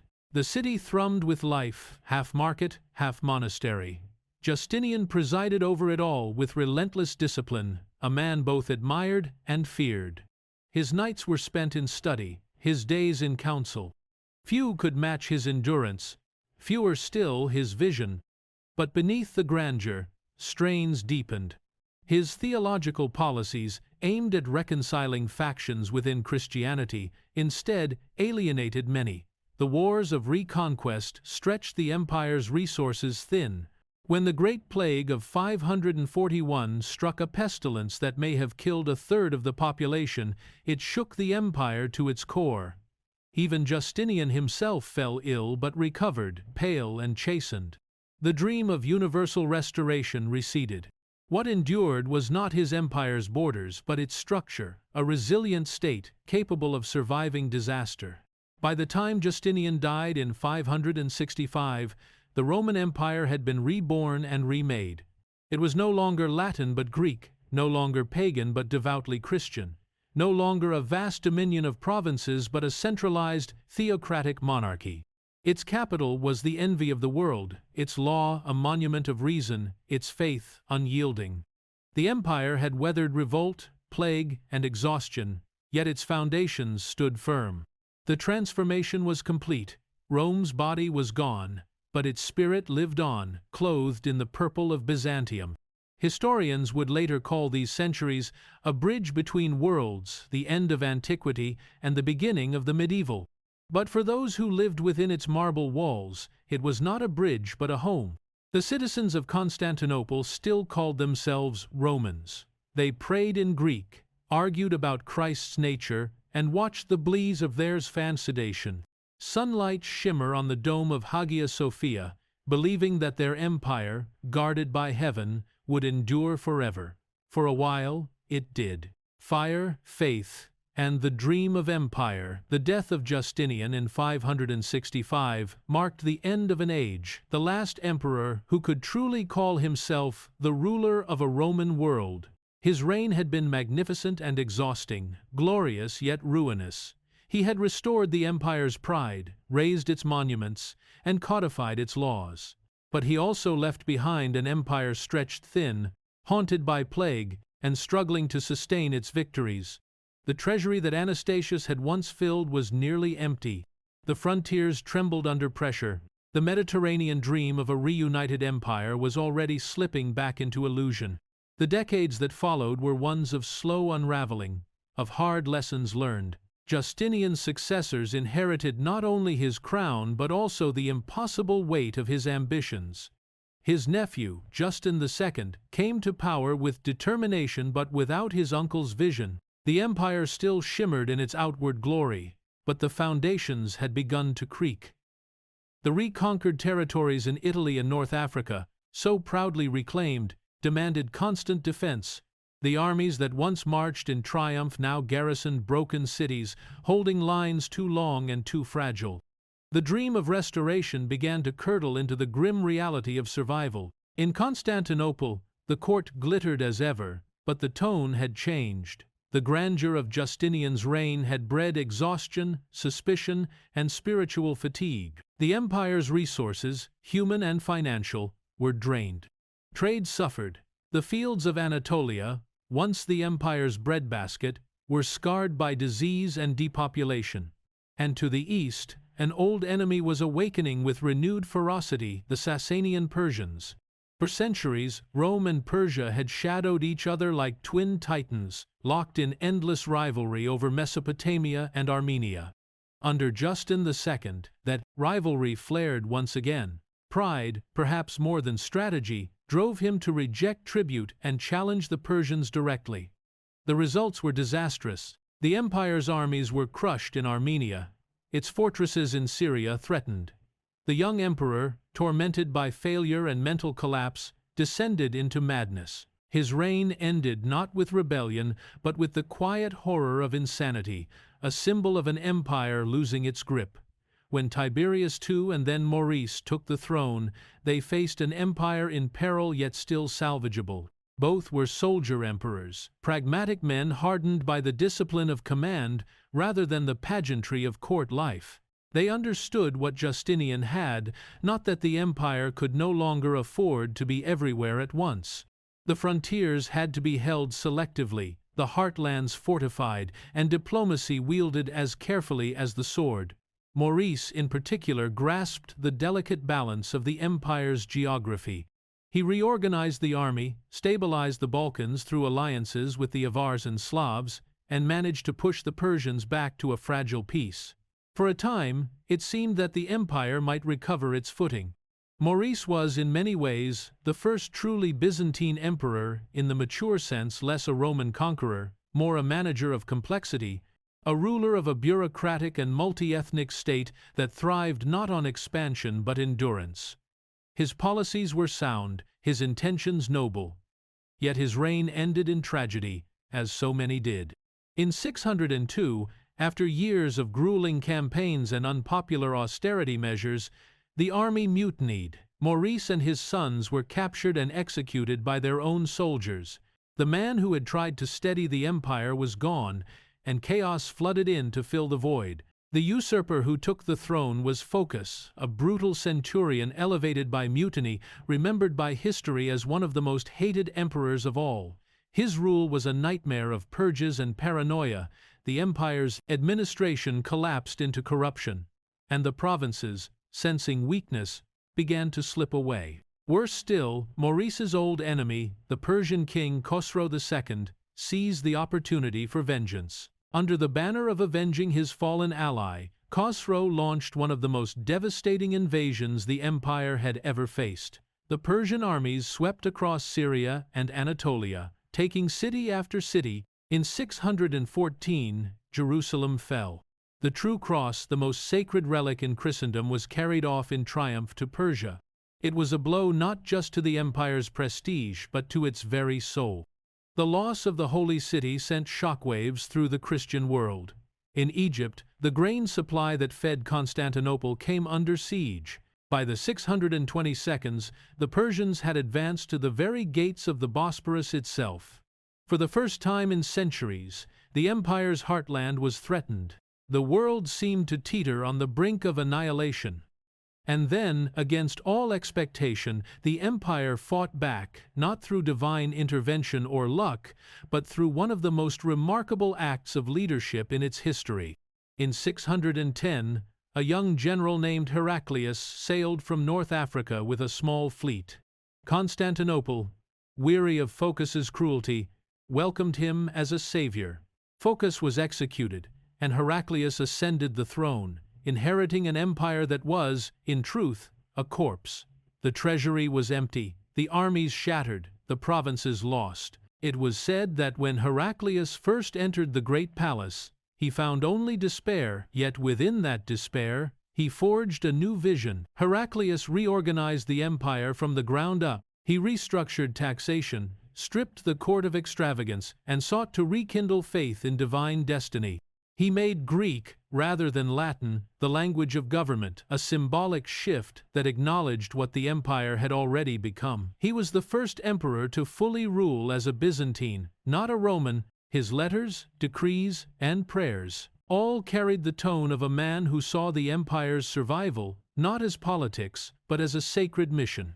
Then, in a campaign that seemed almost mythic, Heraclius struck back. In 622, he led a daring counteroffensive deep into Persian territory. For 6 grueling years, he fought across Armenia and Mesopotamia, using speed, terrain, and faith as his weapons. His armies marched under the banner of the True Cross, a symbol of redemption and vengeance. Against overwhelming odds, he outmaneuvered the Persians, winning decisive victories that shattered their confidence. In 627, near Nineveh, Heraclius delivered the final blow. The Persian army was annihilated, and Khosrow was soon overthrown by his own nobles. When Heraclius returned to Constantinople, he brought with him not only the relic of the True Cross, but the rebirth of hope. The people hailed him as the new Constantine, the restorer of empire. The relic was carried in solemn procession to the Church of the Holy Sepulchre. Bells rang from every dome. For a moment, Byzantium had triumphed over the darkness. The empire, it seemed, was eternal after all. But fate is rarely merciful. Even as Heraclius celebrated victory, a new storm was gathering on the desert horizon. In the years that followed, a new faith would rise from Arabia, swift, united, and unstoppable. Within a single generation, the armies of Islam would sweep across the same lands Heraclius had fought to reclaim, carving away the empire's richest provinces. Egypt, Syria, and Palestine, gone. The ancient frontier along the Euphrates lost forever. The Byzantine Empire, battered yet alive, withdrew once more behind the bulwark of Anatolia and the sea walls of Constantinople. What had once been the center of a vast Mediterranean dominion was now a fortress state. The empire would never again rule from Spain to Mesopotamia. Instead, it would learn to survive as a smaller, sharper, more resilient power. Heraclius, old and exhausted, lived long enough to see the beginning of this transformation from empire to endurance, from grandeur to guardianship. By the mid-7th century, Byzantium had become something entirely new. It was no longer the Rome of the Caesars, nor the Christian universalism of Justinian. It was a fortress civilization, Greek-speaking, deeply orthodox, and encircled by enemies. The Mediterranean was no longer a Roman lake, but a frontier. Yet in that retreat, the empire found its identity. It adapted, reorganized, and learned the art of survival that would sustain it for centuries. The legacy of Justinian's vision, the unity of empire, faith, and law did not die with him. It evolved. Byzantium could no longer dominate the world, but it could preserve it. It became the keeper of ancient learning, the defender of Christianity, and the bridge between continents and centuries. The marble palaces and golden domes of Constantinople still gleamed, even as deserts and mountains replaced provinces once ruled by Roman legions. From the chaos of invasion and the ashes of ambition, a new kind of empire was taking shape, leaner, devout, and self-aware. The Byzantines no longer dreamed of ruling the world, they dreamed of outlasting it, and for nearly 800 more years they would. The Age of Transformation. By the middle of the 7th century, the empire stood at a crossroads, unlike any it had faced before. What had once been the Mediterranean's master was now a beleaguered realm, its borders contracted, its treasury depleted, and its armies exhausted. Yet amid this seeming ruin, something remarkable began to occur. The Byzantine Empire, no longer Roman in language or scope, underwent a transformation so profound that it would reshape not only its own identity but also the very course of medieval history. The trauma of the Arab conquests had been immense. Syria, Palestine, and Egypt were gone territories that had formed the intellectual and economic backbone of the empire. Since antiquity, the loss of these provinces not only deprived Constantinople of its wealth and manpower, but also severed ancient cultural arteries that connected the empire to its Hellenistic and Near Eastern past. Yet even as one world collapsed, another emerged. Byzantium, stripped to its core, began to rebuild itself from within, turning inward to its rugged heartland of Anatolia and the Balkans. This was not a rebirth born of choice, but of necessity. The empire could no longer afford sprawling frontiers or lavish court spectacles. The old administrative system, designed for the grandeur of a universal empire, had to be reinvented for survival. From this crucible of crisis emerged the theme system, one of Byzantium's most ingenious creations. Military provinces, or themes, replaced the great dioceses of the old empire. Soldiers were granted plots of land in exchange for hereditary military service. It was a fusion of farmer and fighter, a system that ensured loyalty, provided local defense, and tied the population's survival directly to the empire's fate. Historians still debate whether the themes were a deliberate reform or an improvised adaptation, but their effect was undeniable.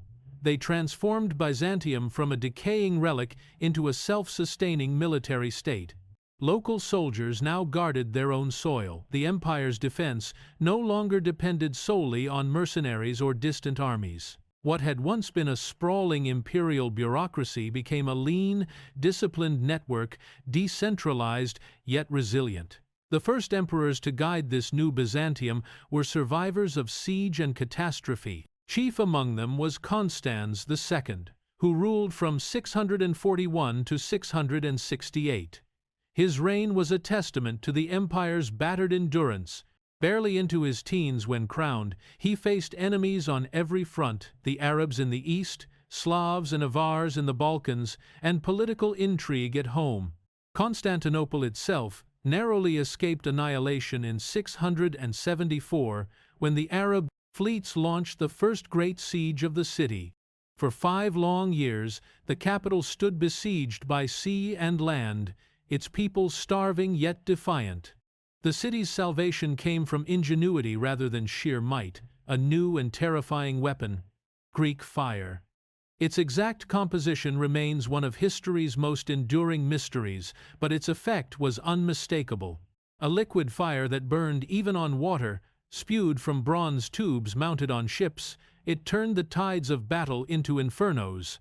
Arab fleets, engulfed in flames that could not be extinguished, retreated in horror. Constantinople survived, and with it the empire's heart. Greek fire became more than a weapon. It became a symbol of divine favor, a reminder that Byzantium, though wounded, still possessed secrets and strength that outsiders could neither understand nor replicate. The saving of the capital allowed the empire to breathe again, though only barely. Constans II, unable to trust the volatile politics of Constantinople, moved his court to Syracuse in Sicily, a decision that shocked his contemporaries and foreshadowed the empire's future as a Mediterranean rather than universal power.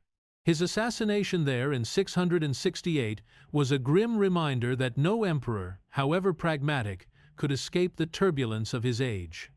The decades that followed were a long twilight struggle for endurance. Under Constantine IV and his successors, The empire stabilized, but did not yet recover. The Arab threat remained constant, and the internal divisions, religious, political, and cultural, gnawed at the empire's cohesion. Yet beneath the turmoil, a deeper transformation was taking root. The Greek language had now fully replaced Latin in administration and law. The emperors were no longer Roman emperors ruling a cosmopolitan world. They were Christian monarchs defending a sacred inheritance. Byzantium's mission was no longer the governance of the world. It was the preservation of faith and civilization against the encroaching darkness. This evolution came to a dramatic climax in the reign of Leo III, known as the Isaurian, who seized power in 717. His rise coincided with one of the most desperate moments in Byzantine history, the Second Great Arab Siege of Constantinople. For 13 months, the empire's survival hung by a thread. The Arab army, vast and determined, encircled the city by land and sea. The Byzantines fought not only hunger and disease, but the crushing realization that they stood alone, abandoned by allies and surrounded by enemies. Leo, newly crowned and untested, proved himself a commander of extraordinary resolve. He repaired the walls, reorganized the fleet, and inspired his citizens with a fierce conviction that Constantinople was under divine protection. Once again, Greek fire roared across the waters of the Bosporus, consuming enemy ships in blinding storms of flame. A harsh winter, famine, and internal dissension decimated the besieging army. When the siege finally broke in 718, it was not merely a victory, it was deliverance. Byzantium had survived what seemed the inevitable end of Rome's final city. Yet Leo's triumph marked not the end of conflict, but the beginning of a profound internal struggle, one that would divide the empire for over a century. Convinced that divine wrath had brought the empire's suffering, Leo issued decrees against the veneration of icons, religious images central to Orthodox devotion. Thus began the iconoclast controversy, a theological and political earthquake. To Leo and his supporters, the worship of icons had become idolatry, a corruption of true faith. To their opponents, monks, artists, and countless ordinary believers, it was a sacred tradition inseparable from the Christian experience. The result was nothing short of civil war within the soul of Byzantium. Monasteries were destroyed, icons smashed, and holy men exiled. Art that had adorned churches for centuries was obliterated. The empire that had defended itself so valiantly from the outside now turned its fury inward. And yet, even this schism, bitter as it was, would eventually forge a stronger, more self-aware faith. When Leo's son, Constantine V, continued his father's policies, the conflict deepened, but so too did the empire's resilience. For while the iconoclast emperors warred with the church, they also rebuilt the state. They fortified the frontiers, reorganized the army, and reasserted imperial control over rebellious provinces. Constantine V, ruthless and efficient, became one of Byzantium's most formidable generals, defeating the Bulgars and strengthening the Themes. His reign, though marked by brutality, was also one of consolidation, a harsh stability bought at the price of division. By the dawn of the 9th century, the storms that had battered Byzantium for 2 centuries began to recede. The empire that emerged was smaller, more inward-looking, and profoundly changed, but it was also more durable. The ancient dream of universal dominion was gone, but in its place stood a civilization defined by faith, learning, and order. The Byzantines no longer measured greatness by conquest, but by survival. The empire's transformation after the 7th century was nothing less than a metamorphosis. The marble Rome of Justinian had become the disciplined, spiritual Byzantium of the Middle Ages. Its emperors no longer ruled as divine monarchs above the church, but as guardians of the Orthodox faith. Its cities were humbler, its armies leaner, but its identity was firmer than ever. Out of crisis came clarity, out of loss, endurance. The Arab sieges had tested the empire's walls. Iconoclasm had tested its soul. Both had failed to destroy it. Byzantium endured, no longer the empire of the world, but the empire of itself. And from that endurance, a new age was about to begin.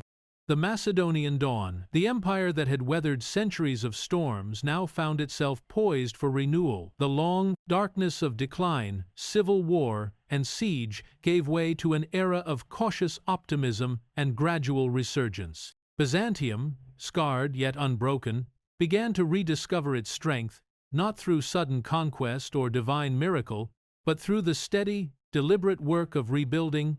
This was the beginning of what later generations would call the Macedonian Renaissance, a time when the empire's spirit, art, and administration glowed once more with the brilliance of its ancient past.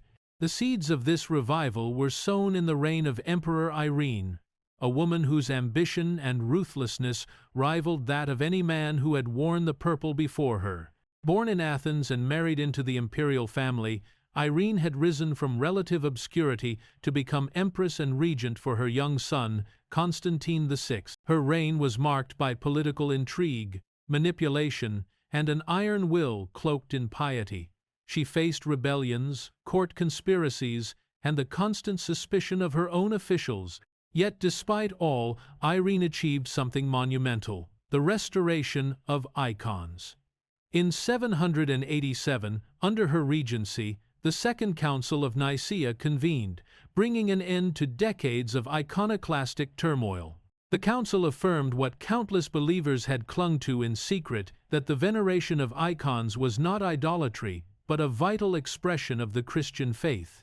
With this act, Irene not only healed a deep spiritual wound but also reasserted the moral authority of Constantinople's church over the empire. For many Byzantines, she was a restorer of orthodoxy, even a living saint. For others, she was a schemer who placed power above family. In 797, her ambition reached its dark zenith when she had her son blinded and deposed, ruling thereafter as Basileus, emperor in her own right.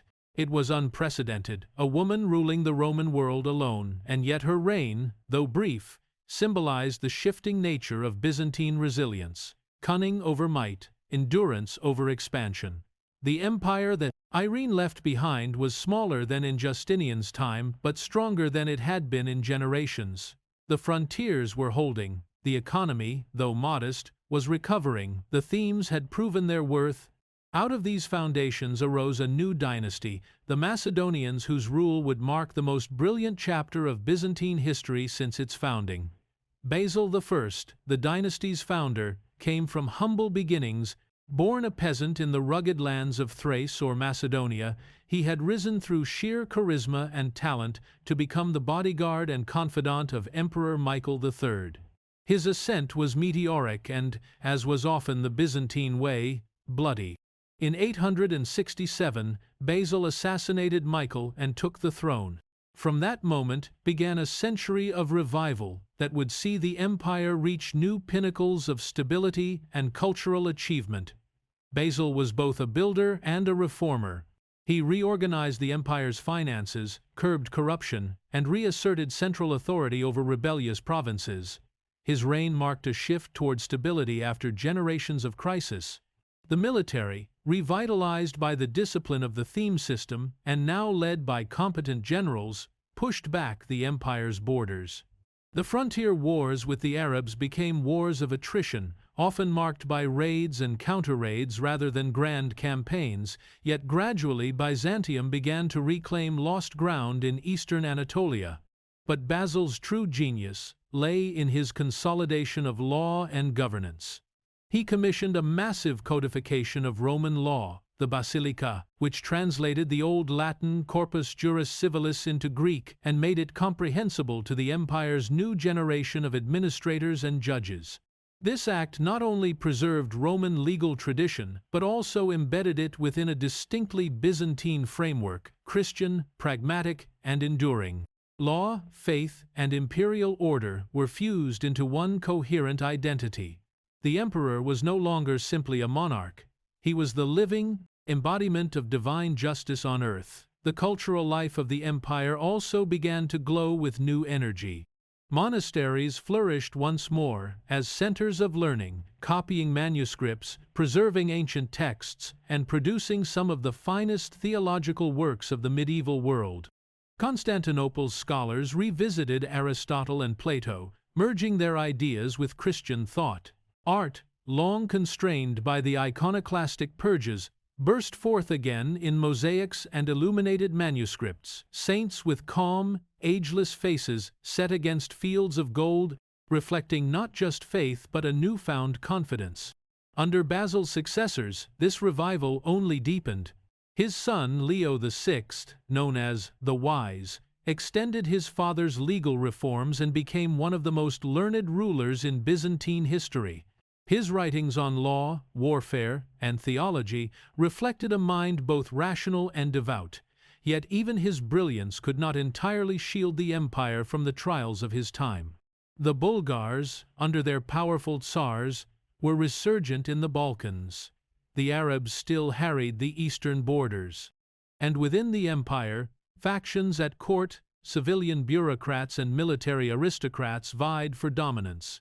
Still, Leo's reign was a time of relative peace and consolidation, a testament to the maturity of the system that Basil had built. The true zenith of the Macedonian dynasty, however, would come with Basil II, known to history and with chilling admiration as the Bulgar Slayer. His reign would see the empire's frontiers pushed farther than they had been in 4 centuries, and its prestige restored to near-imperial majesty.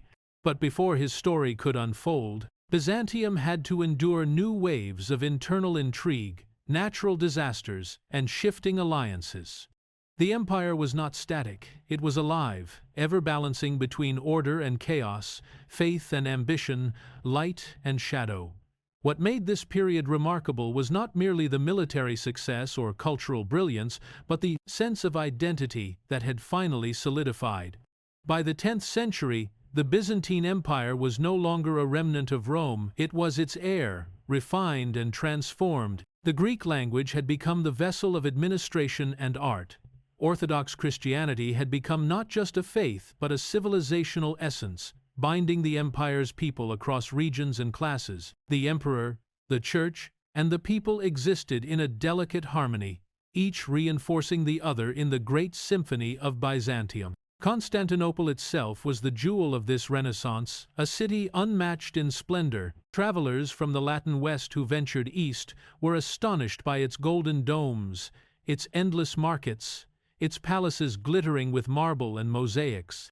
The Hagia Sophia stood as a symbol, not just of divine grandeur, but of human endurance. Its vast dome, floating on a ring of light, seemed to defy the laws of nature, a reminder that the empire, too, had defied the verdict of history. From the ashes of decline, Byzantium had rebuilt itself into a disciplined, cultured, and resilient state. It was a world apart from the crumbling feudal kingdoms of Western Europe, a realm where bureaucracy was precise, law was sacred, and theology was politics. Its emperors wrote treatises, its generals studied strategy, and its theologians debated the nature of existence with the rigor of philosophers. The Macedonian era marked Byzantium's second golden age, a moment when the empire seemed once again destined for greatness. But like all things Byzantine, its brilliance carried within it the seeds of its own fragility. The wealth of Constantinople would tempt the envy of the West.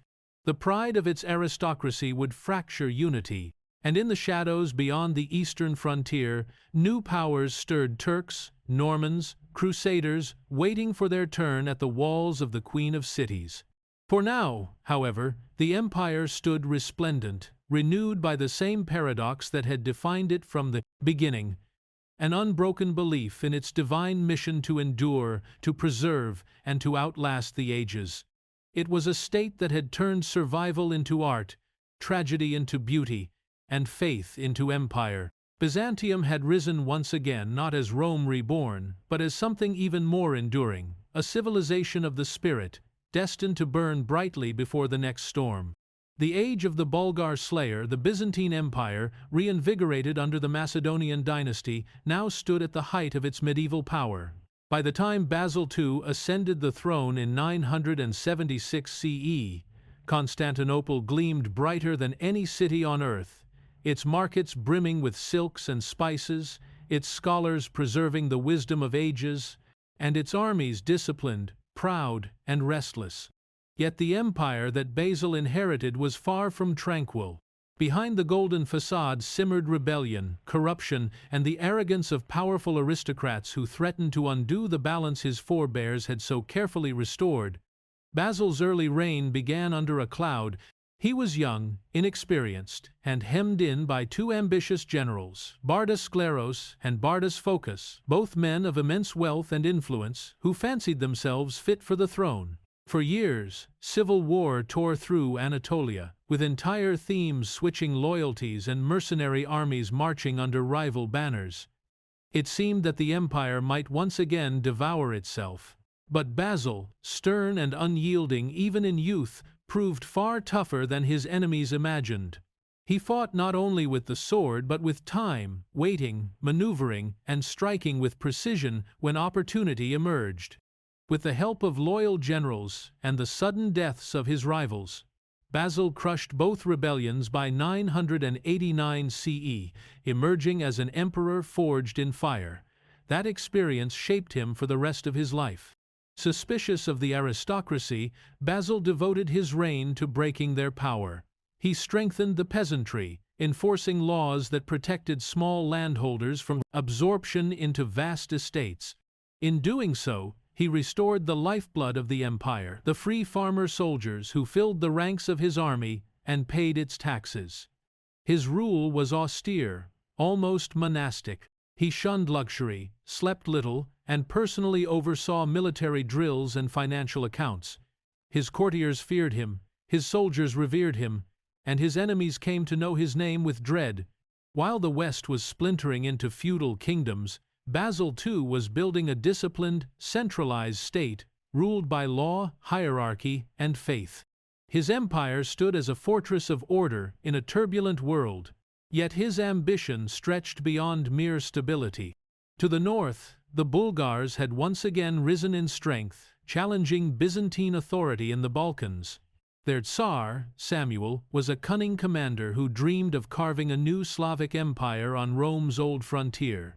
For Basil, it was an intolerable defiance, a wound that had to be closed once and for all.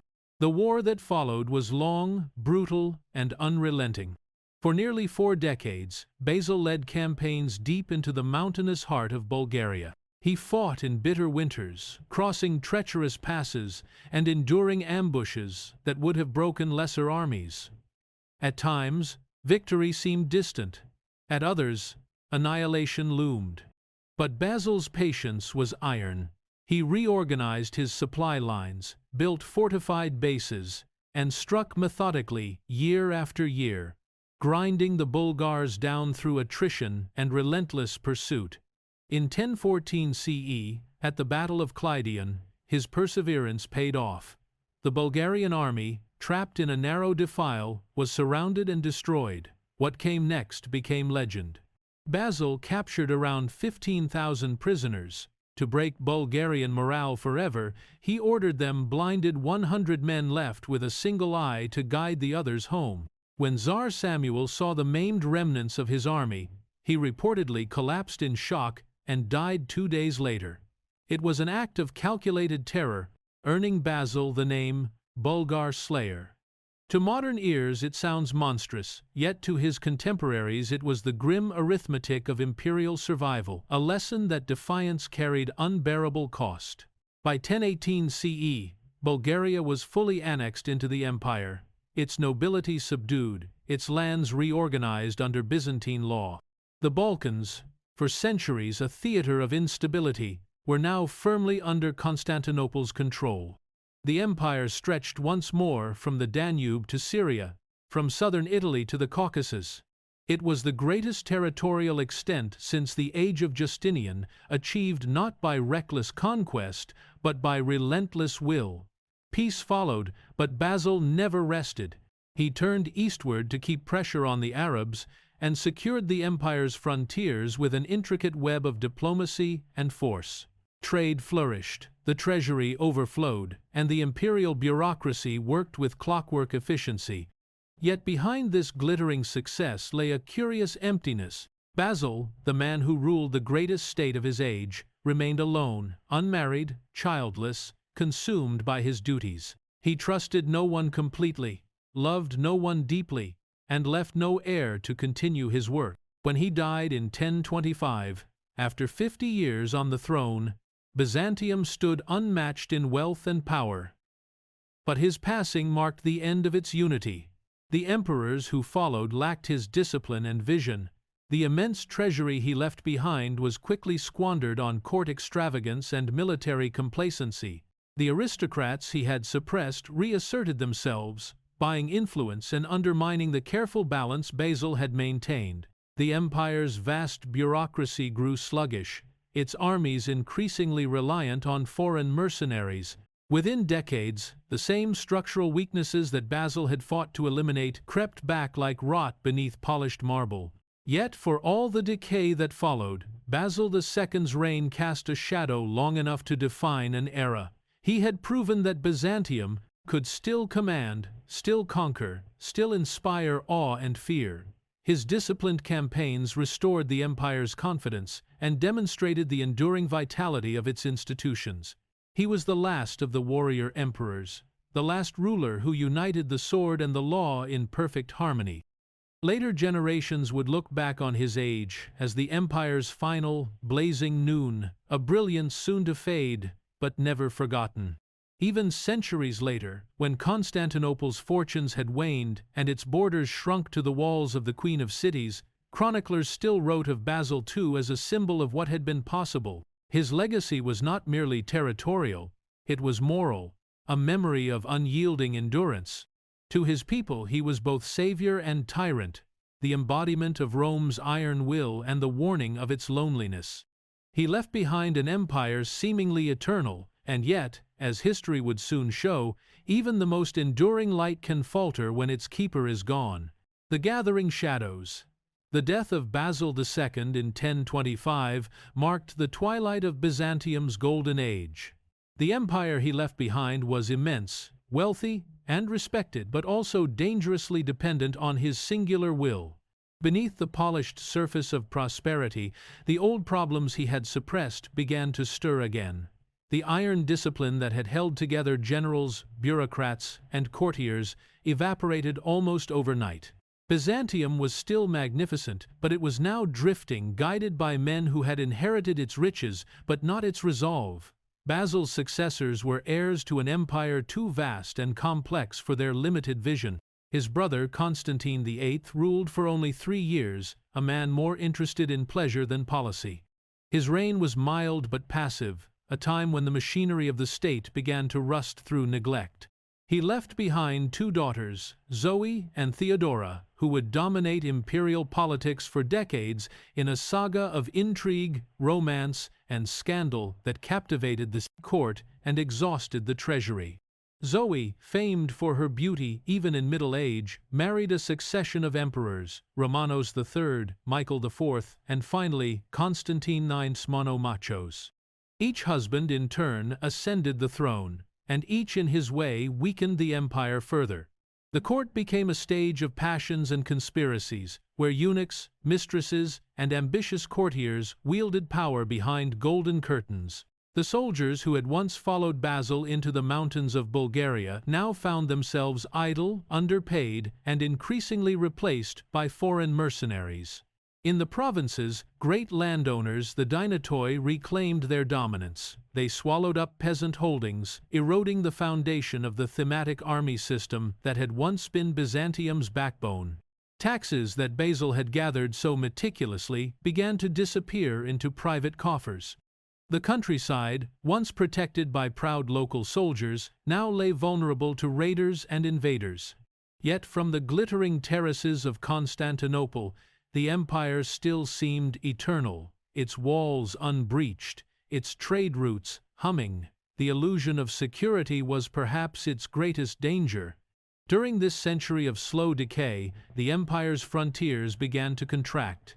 In the east, the once dreaded Arab foes had faded, replaced by a new rising power, the Seljuk Turks. Nomads from Central Asia, the Turks had embraced Islam and forged a disciplined military society under their sultans.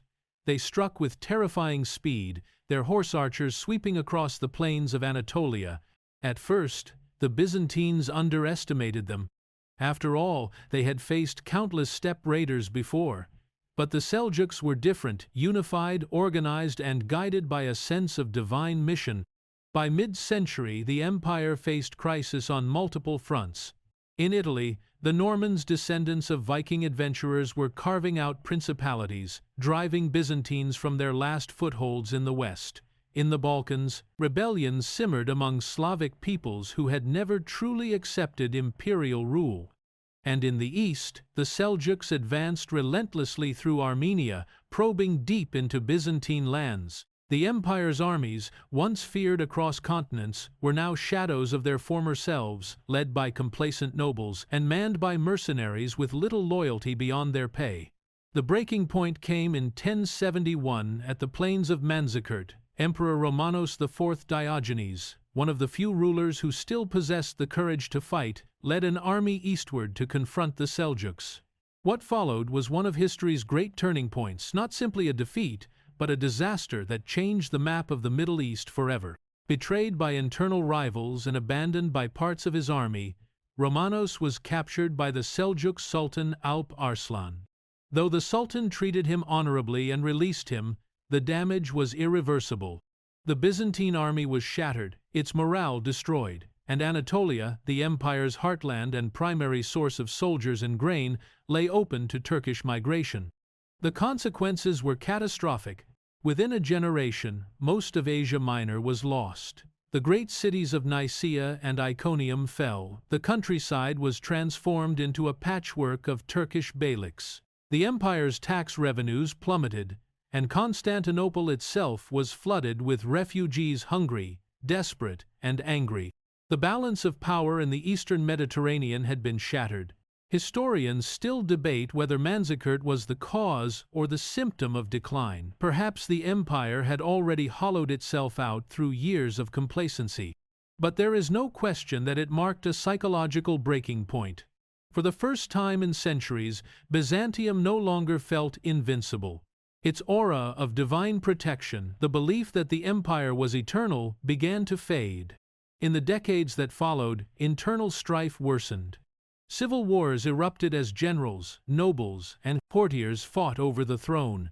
The army fractured into factions loyal to different claimants, while the peasants, once the backbone of defense, were squeezed by taxes to fund endless wars of succession. Meanwhile, the Seljuks settled into Anatolia, founding the Sultanate of Rum with its capital at Nicaea, a bitter irony, as the very city where the early church had once defined Christian orthodoxy now served as the seat of a Muslim power. And yet, even in this age of darkness, Byzantium's spirit did not fully break. The empire adapted, as it had countless times before. Trade continued to flow through Constantinople. Its harbor still dazzled foreign merchants. Its gold coin, the solidus, remained the currency of the Mediterranean. Diplomats played enemies against one another, securing fragile peace through marriages, bribes, and clever treaties. It was survival by wit rather than strength, the diplomacy of a once mighty empire learning to live in a new, harsher world. Still, survival came at a price. To defend its dwindling borders, the empire began to depend on Western mercenaries, Normans, Franks, and Italians. These men brought not only swords but also their own ambitions, customs, and rivalries. Their growing presence planted the seeds of cultural friction between Byzantium and the Latin West, tensions that would one day erupt into open hostility. By the dawn of the 12th century, the empire that Basil II had ruled like a well-tuned engine was now a weary vessel adrift in stormy seas. The administrative order that once governed millions now struggled to command loyalty beyond the walls of the capital. The emperors who followed oscillated between brief sparks of competence and long stretches of paralysis. Byzantium was not yet dead, but the cracks had widened. The once glittering jewel of the Mediterranean had begun to dim, its luster obscured by corruption, complacency, and the relentless march of history, and yet, as had happened so many times before, the empire's story was not over. Out of the chaos of defeat and decay, a new dynasty would soon rise, one that would fight to restore the empire's strength and reclaim its lost honor. The name of that house was Komnenos, and their era would mark Byzantium's final great revival before the long descent into twilight. The Komnenian Revival. In the ashes of defeat, Byzantium found within itself one final surge of brilliance. The 11th century had stripped the empire of its pride, its provinces, and its purpose. Yet even as Turkish horsemen settled in the fields of Anatolia and Norman knights pressed into the Balkans, a new dynasty rose to breathe life into the dying colossus. They were the Komnenoi, ambitious, shrewd, and profoundly aware that their inheritance was both fragile and sacred. At their head stood Alexios I Komnenos, a man who, through a mix of cunning, courage, and pure endurance, would reverse the empire's collapse and restore a fleeting sense of greatness to the Byzantine name. When Alexios seized the throne in 1081, the empire was on the brink of extinction.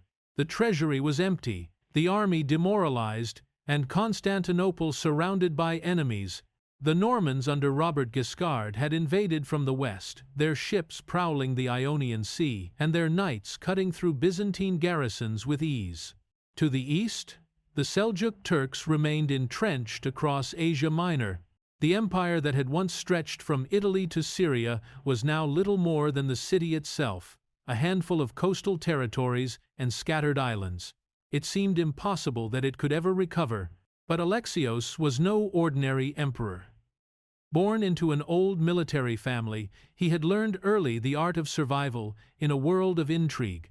His reign began in chaos. The Norman invasion nearly brought the empire to its knees, but through sheer tenacity and skill, he turned disaster into opportunity. He reorganized what remained of the army, relying on a mixture of loyal Byzantine troops and foreign mercenaries. Pechenegs from the steppes, Turks from the frontier, and Norman adventurers whose allegiance could be bought with gold and titles. Diplomacy, more than steel, was his weapon. Recognizing the futility of facing the Seljuks alone, Alexios reached out to the west for help, a decision that would change the course of history. In 1095, he sent envoys to Pope Urban II, requesting disciplined troops to help reclaim Anatolia. But his plea was interpreted, or perhaps deliberately transformed, into something far greater. The Pope's call for a crusade to liberate the Holy Land ignited a wave of religious fervor that swept across Europe. Tens of thousands of knights, peasants, and pilgrims took the cross, believing themselves chosen to redeem Christendom through holy war. When these vast armies began arriving outside Constantinople in 1096, Alexios was astonished and alarmed in equal measure. What he had asked for was a small professional force.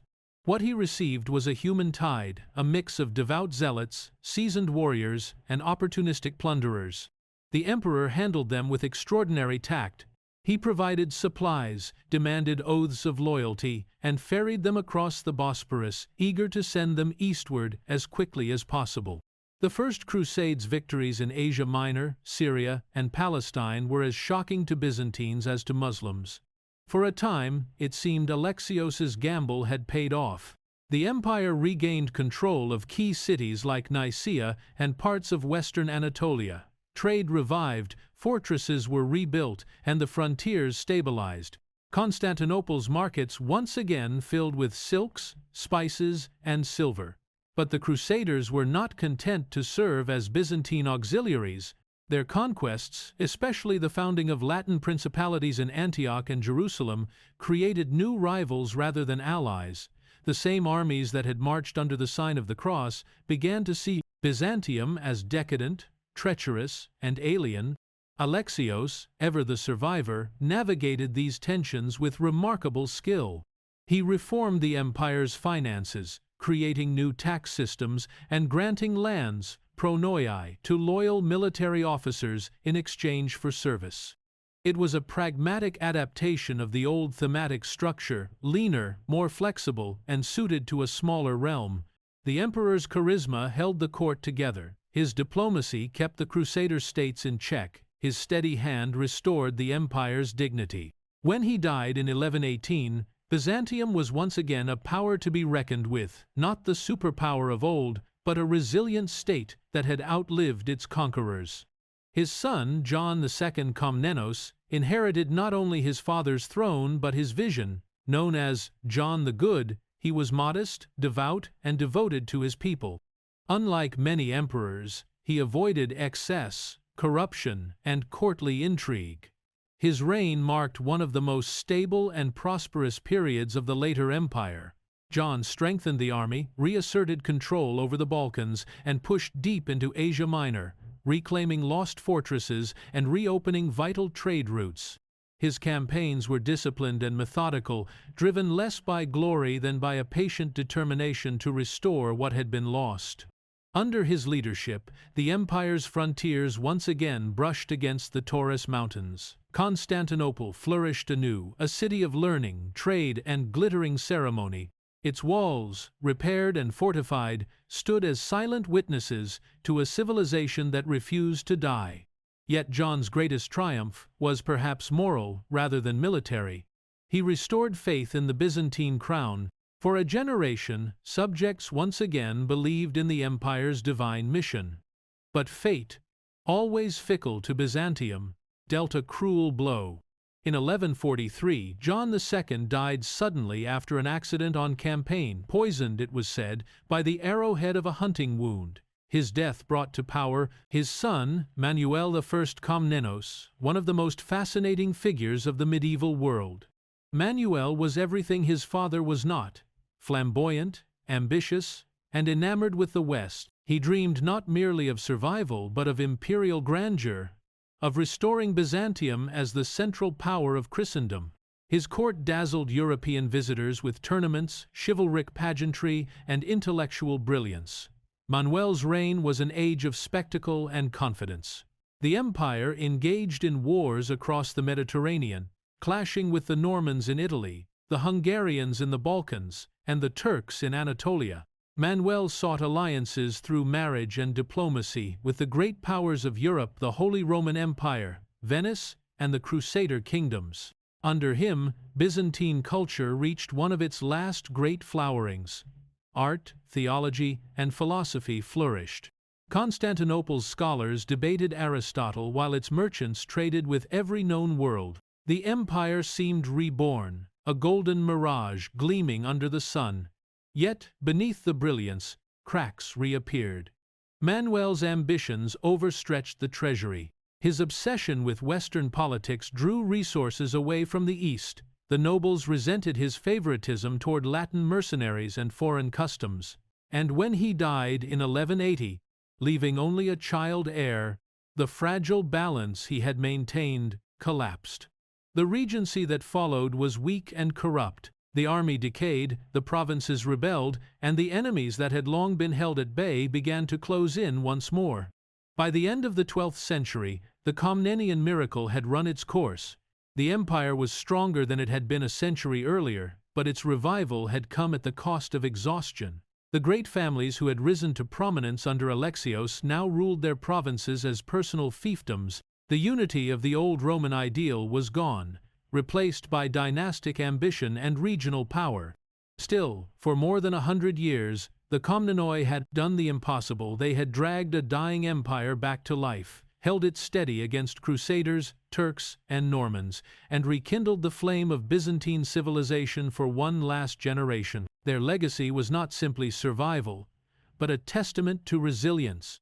Byzantium had shown once more that even in decline, it could still astonish the world with its endurance, its intellect, and its shimmering, stubborn beauty. But even the most brilliant dawn gives way to shadow. The empire's wealth had made it a prize, and its intrigues a weakness. In the century that followed, greed and vengeance would converge upon Constantinople in a catastrophe greater than any before. The next storm would not come from east or north, but from the very west that Byzantium had once helped to save. the catastrophe of 1204. By the dawn of the 13th century, Byzantium was living on borrowed time. The empire that had once stood as the shield of Christendom now found itself entangled in its most dangerous web, yet one woven not by Turks or Persians, but by fellow Christians. The Comnenian revival had restored power and pride for a generation, but beneath the marble and gold of Constantinople, old wounds festered: corruption, arrogance, and the widening gulf between the empire and the Latin West. What began as a misunderstanding born of religious difference would soon erupt into one of the most shocking betrayals in history: the sack of Constantinople in 1204, when Christian crusaders turned their swords not against infidels but against the very heart of Eastern Christendom.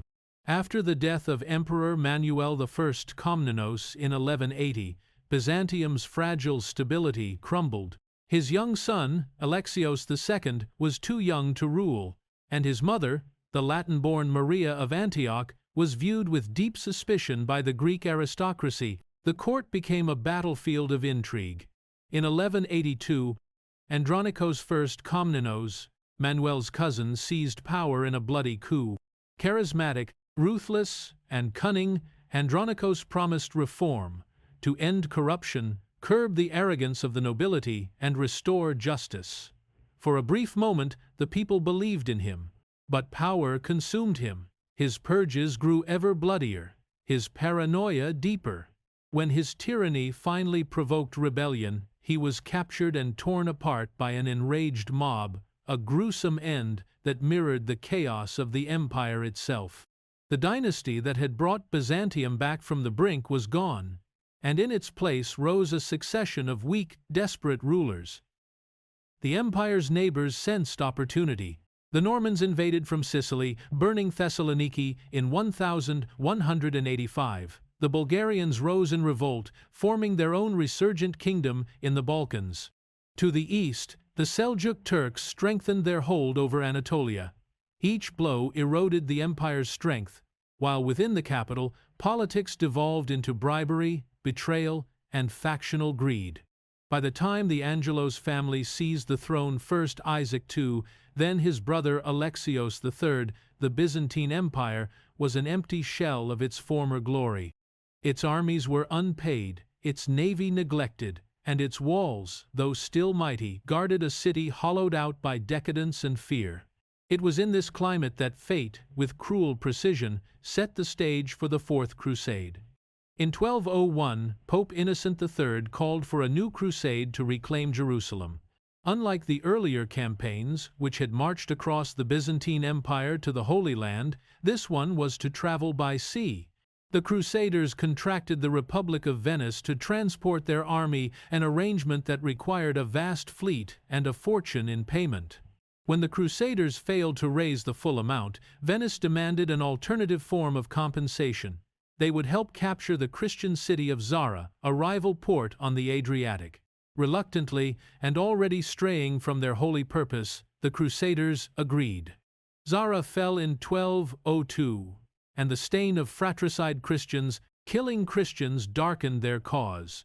But the true disaster came when a young Byzantine prince appeared among them.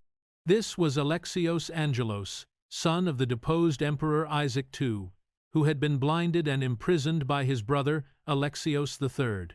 The younger Alexios promised the Crusaders the impossible. If they would help him reclaim his father's throne, he would reward them lavishly with gold, supplies, and most dangerously of all, the submission of the Orthodox Church to Rome. To a crusade already burdened with debt and doubt, the offer was irresistible. The fleet set sail not for the Holy Land, but for Constantinople. When the Crusaders appeared before its mighty walls in 1203, the city was stunned. The sight of the great Venetian fleet, hundreds of ships glinting under the summer sun, was both magnificent and terrible. The people of Constantinople, weary of their corrupt emperor, opened their gates. Alexios III fled in panic, and Isaac II was restored, with his son, now crowned as Alexios IV, at his side. For a brief, uneasy moment, it seemed that the gamble had succeeded. But the young emperor soon discovered the impossible weight of his promises. The Byzantine treasury, drained by years of neglect, could not satisfy the Crusaders' demands. The gold he did find came from desperate measures, melting church treasures, raising taxes, and seizing property acts that inflamed the populace. The Latin soldiers who now filled the city's streets were seen as invaders rather than allies. Resentment boiled into open hostility, riots broke out, fires swept through districts of the capital. The fragile alliance collapsed into hatred. By early 1204, the Crusaders' patience had run out. When a palace coup overthrew Alexios IV and placed a usurper, Alexios V Doukas, on the throne, the Crusaders saw their pretext for restraint vanish.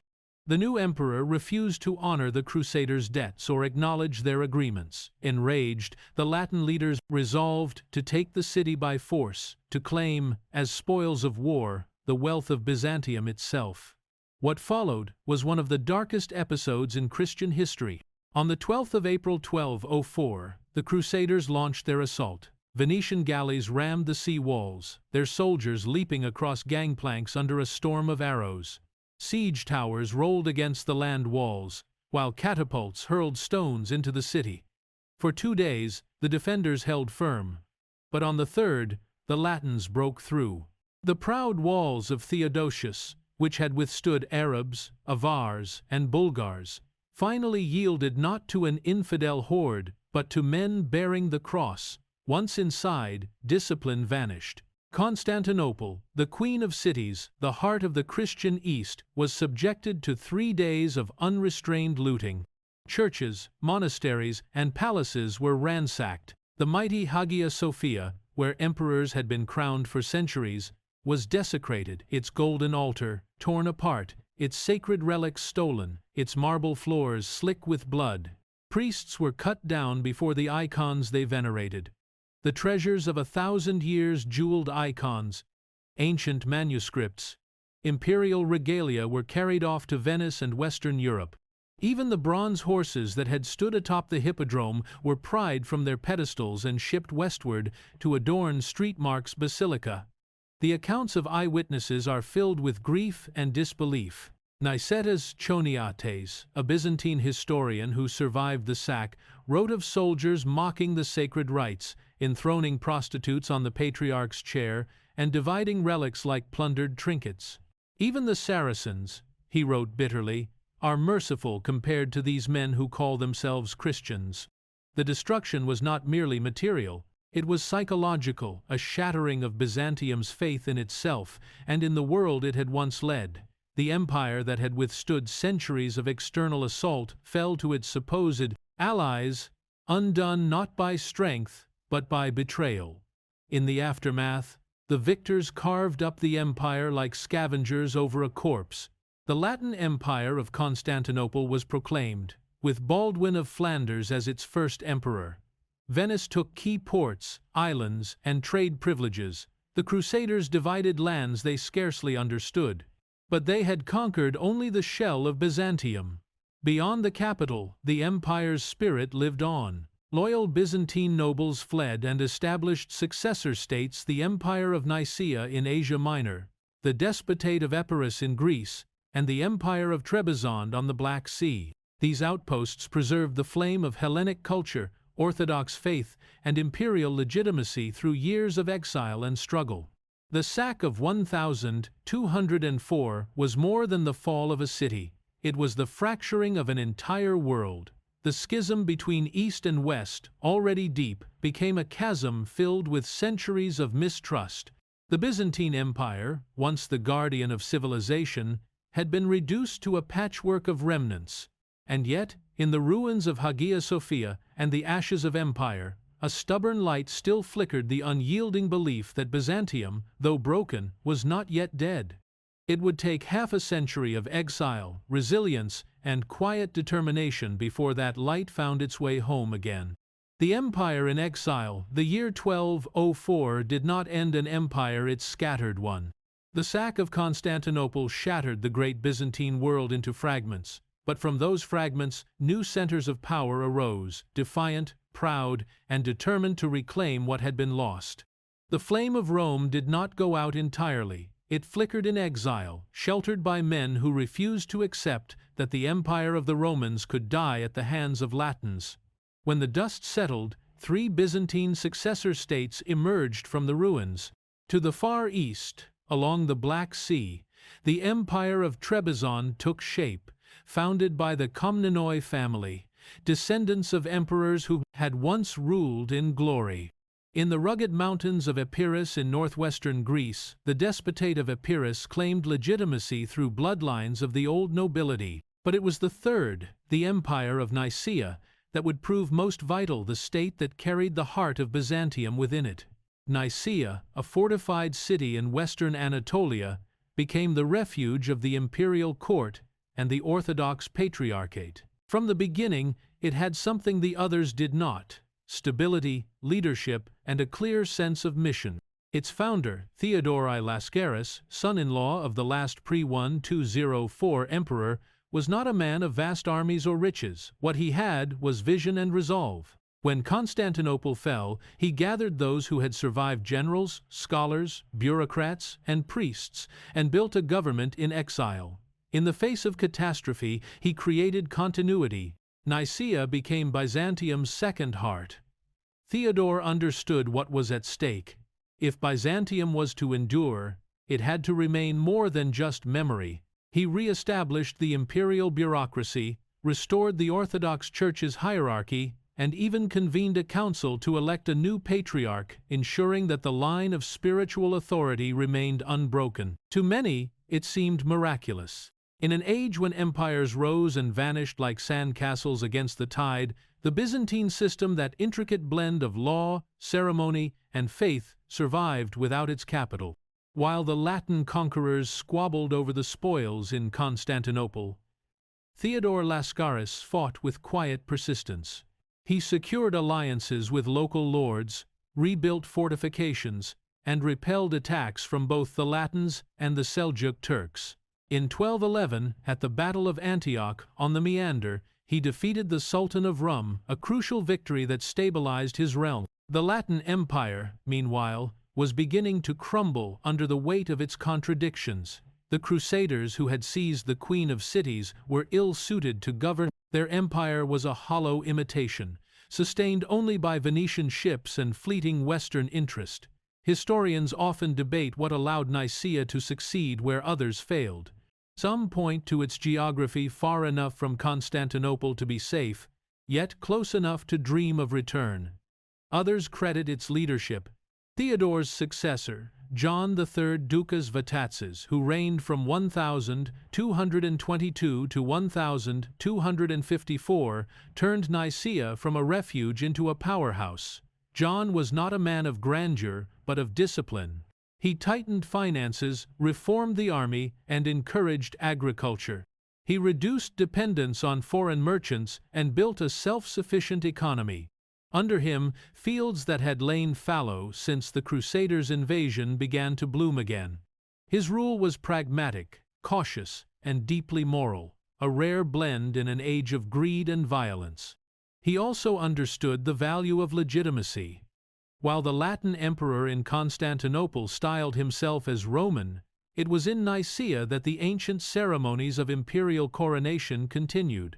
The Lascarids wore the purple not as usurpers but as guardians of continuity, and the Church, the heart of Byzantine identity, stood firmly behind them. The Patriarchate of Constantinople, now relocated to Nicaea, became both a spiritual and political anchor. When the Patriarch intoned prayers for the Basileus of the Romans, it was Theodore, or John, not the Latin emperor, whose name was spoken. Culturally, Nicaea preserved what might have been lost. Refugee scholars, artists, and clerics fled from Constantinople and found patronage in the court. Manuscripts were copied, icons painted, and liturgies maintained. Even in exile, Byzantium's intellectual and artistic pulse beat steadily. The empire's architecture adapted to modest means, yet the spirit remained grand. Mosaics shimmered in smaller churches. Theological debates flourished as passionately as ever. For all its loss, Byzantium in exile retained its essence, a belief that it was still the empire, ordained by God. awaiting its resurrection. But the road back to Constantinople was long. The Latin Empire, though weak, still held the city, protected by Venetian fleets and fortified walls. Around it, rival powers circled: the Bulgarians, the Seljuks, the despots of Epirus, all watching, waiting for opportunity. John Vatatzes spent decades maneuvering among them, playing diplomacy as a chess master plays his board. He strengthened alliances through marriage and negotiation, gradually encircling the Latin territories. In time, the empire's borders crept closer to the Bosporus. His policies laid the foundation for recovery, not through reckless ambition, but through methodical patience. When John died in 1254, the people of Nicaea mourned not just a ruler, but a restorer. Chroniclers called him the Father of the Greeks, a title that spoke to his humanity as much as his kingship. Under his successors, the empire's ambitions turned increasingly westward, toward the glittering, wounded city that had haunted their dreams for half a century. But while Nicaea grew stronger, the Latin Empire grew weaker, plagued by debt, internal disputes, and hostility from its Orthodox subjects. It was a state that existed only by inertia. Its emperors begged for help from the West, but the crusading fervor had long since waned. The Venetians remained its only true patrons, and even they began to see diminishing returns. By the time Michael VIII Palaiologos rose to power in Nicaea in 1259, the tide had fully turned. Michael was a complex figure, ambitious, calculating, and utterly determined. He inherited an empire poised for its moment. The Latin defenses were stretched thin, the neighboring states divided. The opportunity came unexpectedly. In 1261, a Nicaean general, Alexios Strategopoulos, learned from local informants that the Venetian fleet, the backbone of the city's defense, was absent on campaign. Acting swiftly, he led a small force under cover of night and entered the city through an unguarded gate. The garrison, caught by surprise, fled. On the 15th of August 1261, after 57 years of exile, Constantinople was reclaimed. When Michael entered the city, the scene was bittersweet. The once great capital was half empty, its palaces in ruins, its churches stripped bare, but its return was still miraculous. The empire had come home. The Hagia Sophia, defiled and desecrated by the Crusaders, was reconsecrated with tears and chants. The people believed the prophecies had come true, that the light of Byzantium, dimmed but unextinguished, had been rekindled. And yet, beneath the triumph, there was exhaustion.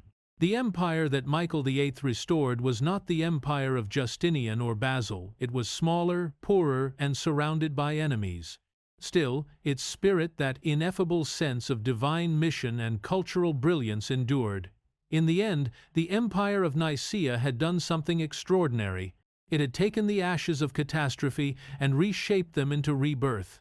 The world expected Byzantium to vanish in 1204, buried under the weight of its own sins and the greed of its conquerors. Instead, through discipline, faith, and the stubbornness of survival, it returned to its rightful seat. The road ahead would be fraught with new challenges: political fragility, foreign dominance, and the shadow of a new rising power in Anatolia. But for one shining moment in 1261, Byzantium had done the impossible. It had come home, the Palaiologan restoration. When Michael VIII Palaiologos entered Constantinople in 1261, he did not ride into a living capital so much as into a ghost. The city that had once dazzled pilgrims and envoys from every corner of the world lay half-ruined, its great forums choked with weeds, its harbors silent. The Hagia Sophia stood stripped of its marble and gold, but not of its dignity. Michael looked upon its scarred walls and understood that his greatest battle would not be to win the city, but to make it breathe again. He had fulfilled a century-old dream, the return of the Roman Empire to its ancient seat, yet what he had reclaimed was a shell of glory, a symbol in need of substance. Michael was a man of contradictions, pragmatic yet pious, generous yet ruthless. He had risen from a minor noble family to become the restorer of Byzantium. He knew that his new empire was surrounded by wolves. To the west stood Charles of Anjou, the ambitious king of Sicily, who dreamed of re-establishing a Latin kingdom in Constantinople. To the east, the Turkish beyliks of Anatolia were growing restless, testing the empire's weakened frontiers. At home, his people were exhausted, his treasury empty, and his legitimacy fragile. He was not the rightful heir of the Lascarids he had usurped. His rule rested on success alone. His first task was reconstruction. He poured the empire's limited resources into repairing walls, retiling roofs, and re-establishing the harbor trade. He encouraged merchants to return by granting privileges to the Genoese, a necessary but dangerous move that gave them a stronghold in Galata across the Golden Horn. He imported grain from the Black Sea to feed a population that had fallen to barely 1/10 of its former size. He repaired aqueducts, rebuilt the palace, and summoned craftsmen to restore the Hagia Sophia. The process was slow and painful, but step by step, the Queen of Cities began to stir. Diplomacy was his second weapon. Michael understood that Constantinople's walls alone could not save him. He sought to divide his enemies and buy time.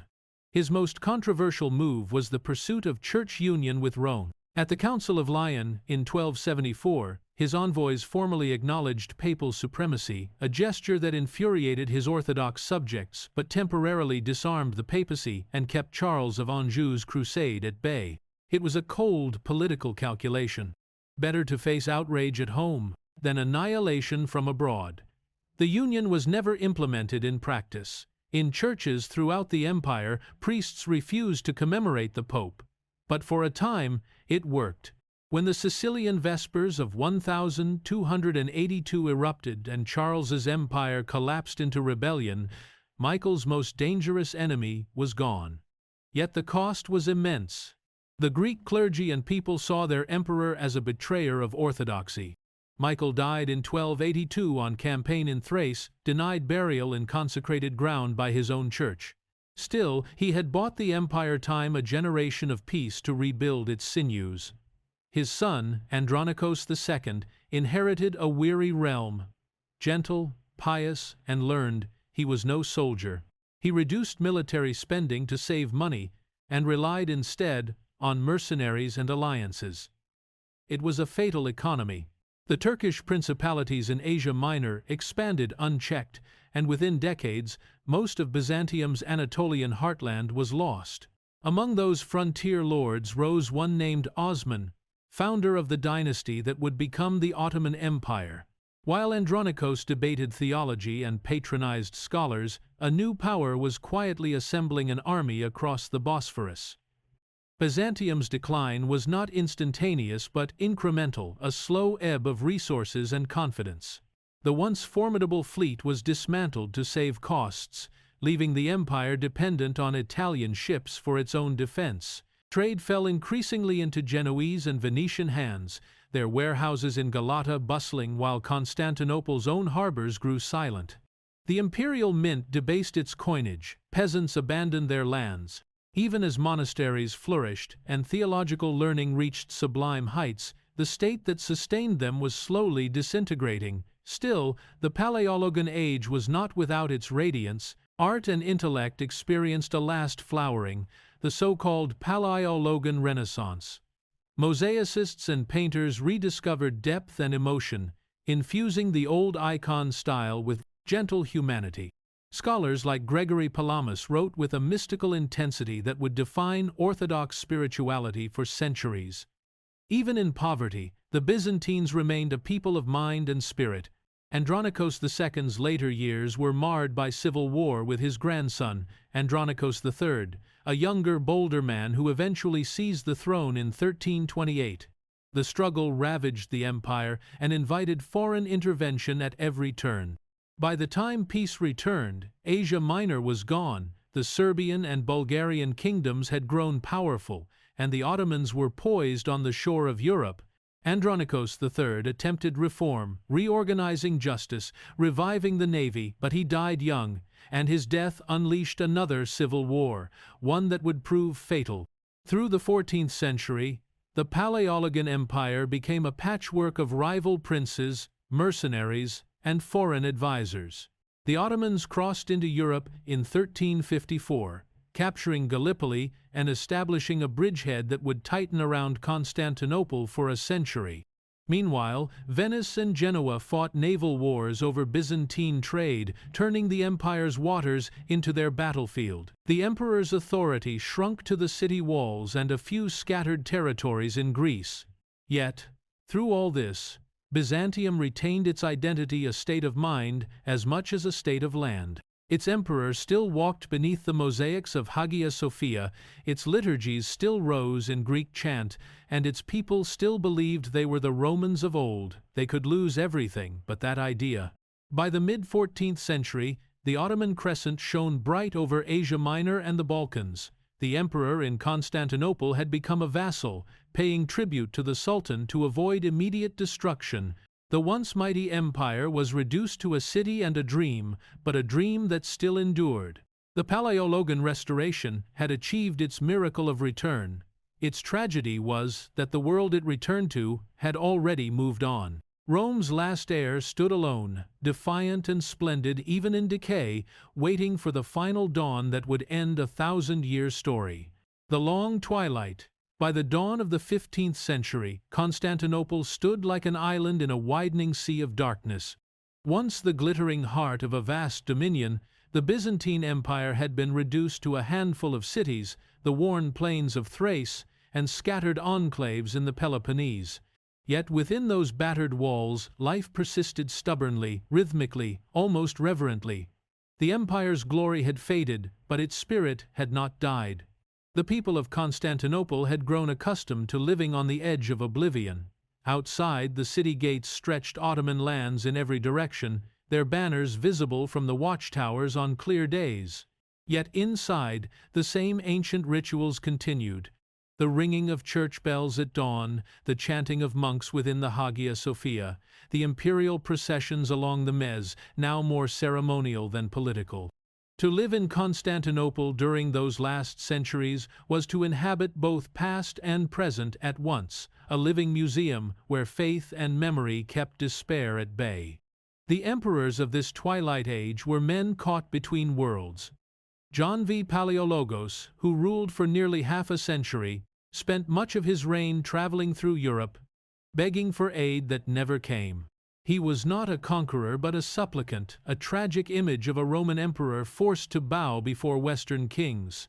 In 1369, he journeyed to Rome itself and, in a desperate bid for survival, publicly professed allegiance to the Pope. For the first time since the schism, an emperor of the East knelt before the pontiff of the West, but the act, though momentous, achieved nothing. No army came, no ships sailed. When John returned home, his people viewed him as a traitor. The empire's plight only deepened under his son, Manuel II Palaiologos, an emperor of great intellect and quiet dignity. Manuel understood that his empire could no longer rely on armies, it must endure through diplomacy, culture, and faith. When the Ottomans besieged Constantinople in 1394, he resisted for 6 long years, his people surviving on rationed grain and stubborn prayer until the siege was lifted only by the intervention of a new conqueror from the east, Timur the Lame, whose invasion of Anatolia temporarily shattered the Ottoman war machine. For a brief moment, the Byzantines could breathe again. Manuel used that reprieve with remarkable foresight. He traveled across Europe to Paris, Venice, even London, appealing for aid, not with arrogance, but with eloquence. Chroniclers describe him as a man of grace and learning, fluent in philosophy, courteous to kings, and admired by scholars. Yet even as he walked through Gothic cathedrals and spoke with monarchs, he must have felt the unbearable weight of history pressing down upon him, the knowledge that he represented a world already slipping into legend. When he returned to Constantinople, he found his city quieter, older, more inward-looking. Trade had shifted westward to the Italian states. The great warehouses stood half empty. The harbors, once crowded with merchant ships, now hosted only a few Genoese galleys anchored across the Golden Horn. The population had fallen below 40,000, a shadow of the million who had once filled the capital's streets in the time of Justinian, yet still, the city endured. Manuel fortified its walls, reorganized the defenses, and strengthened the chain across the harbor. He knew it was only a matter of time before the storm returned. The Ottomans recovered swiftly from their setback. By 1422, they were again at the gates. Manuel's son, John VIII, now emperor, faced the daunting task of preserving what little remained. The empire's frontiers had dissolved entirely. The emperor's realm was now little more than the city itself, and the despotate of Morea, ruled by his brothers.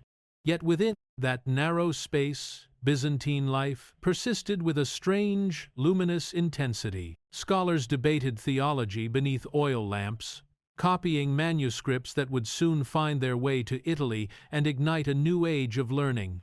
Artists painted icons whose quiet faces seemed to mourn the empire's fate. John VIII, pragmatic yet proud, recognized that salvation could only come through the West.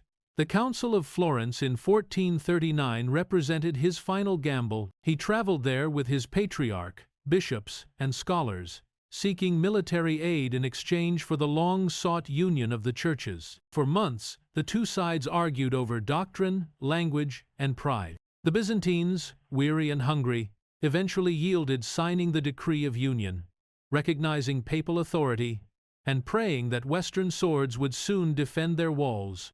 But when they returned home, the people rejected the union utterly. Priests refused to commemorate the Pope. Monks denounced it as betrayal. The emperor found himself ruling a city spiritually divided, its faith fractured even as its enemies closed in. The aid from the West did not come. The Crusade of Varna in 1444, meant to save Byzantium, ended in catastrophe, its armies crushed, its leaders slain. The Ottomans had learned, adapted, and returned stronger than ever. Their young sultan, Mehmed II, was not content with tribute or treaties. He wanted the city itself, the crown of his empire, the bridge between continents. By the 1452, Constantinople was surrounded. Its last emperor, Constantine XI Palaiologos, ruled a realm no larger than a county, yet his dignity never wavered. He repaired the walls again, rallied the population, and prepared for a final stand. Even in ruin, the city seemed eternal. The Hagia Sophia still glowed beneath the morning sun. The marble statues of emperors still lined the squares, mute witnesses to the passing of centuries.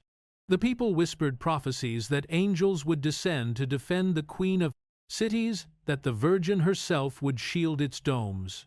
But even hope was thinning. Trade had withered, coinage was scarce, many nobles fled to safer lands. Yet those who remained shared a quiet, defiant pride. The empire that had once ruled the known world now existed only within a few miles of crumbling walls, but to them, those walls contained all of civilization itself. Beyond them stretched the world of the infidel, vast, vigorous, and young. Within lay a world ancient, sacred, and doomed. The final years of Byzantium were not marked by great battles or sweeping reforms, but by a profound stillness, a waiting.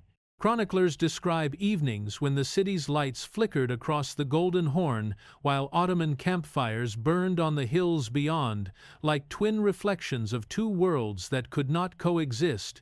Priests prayed in empty churches, soldiers stood watch upon the towers, gazing toward Asia, where new minarets rose in the dawn.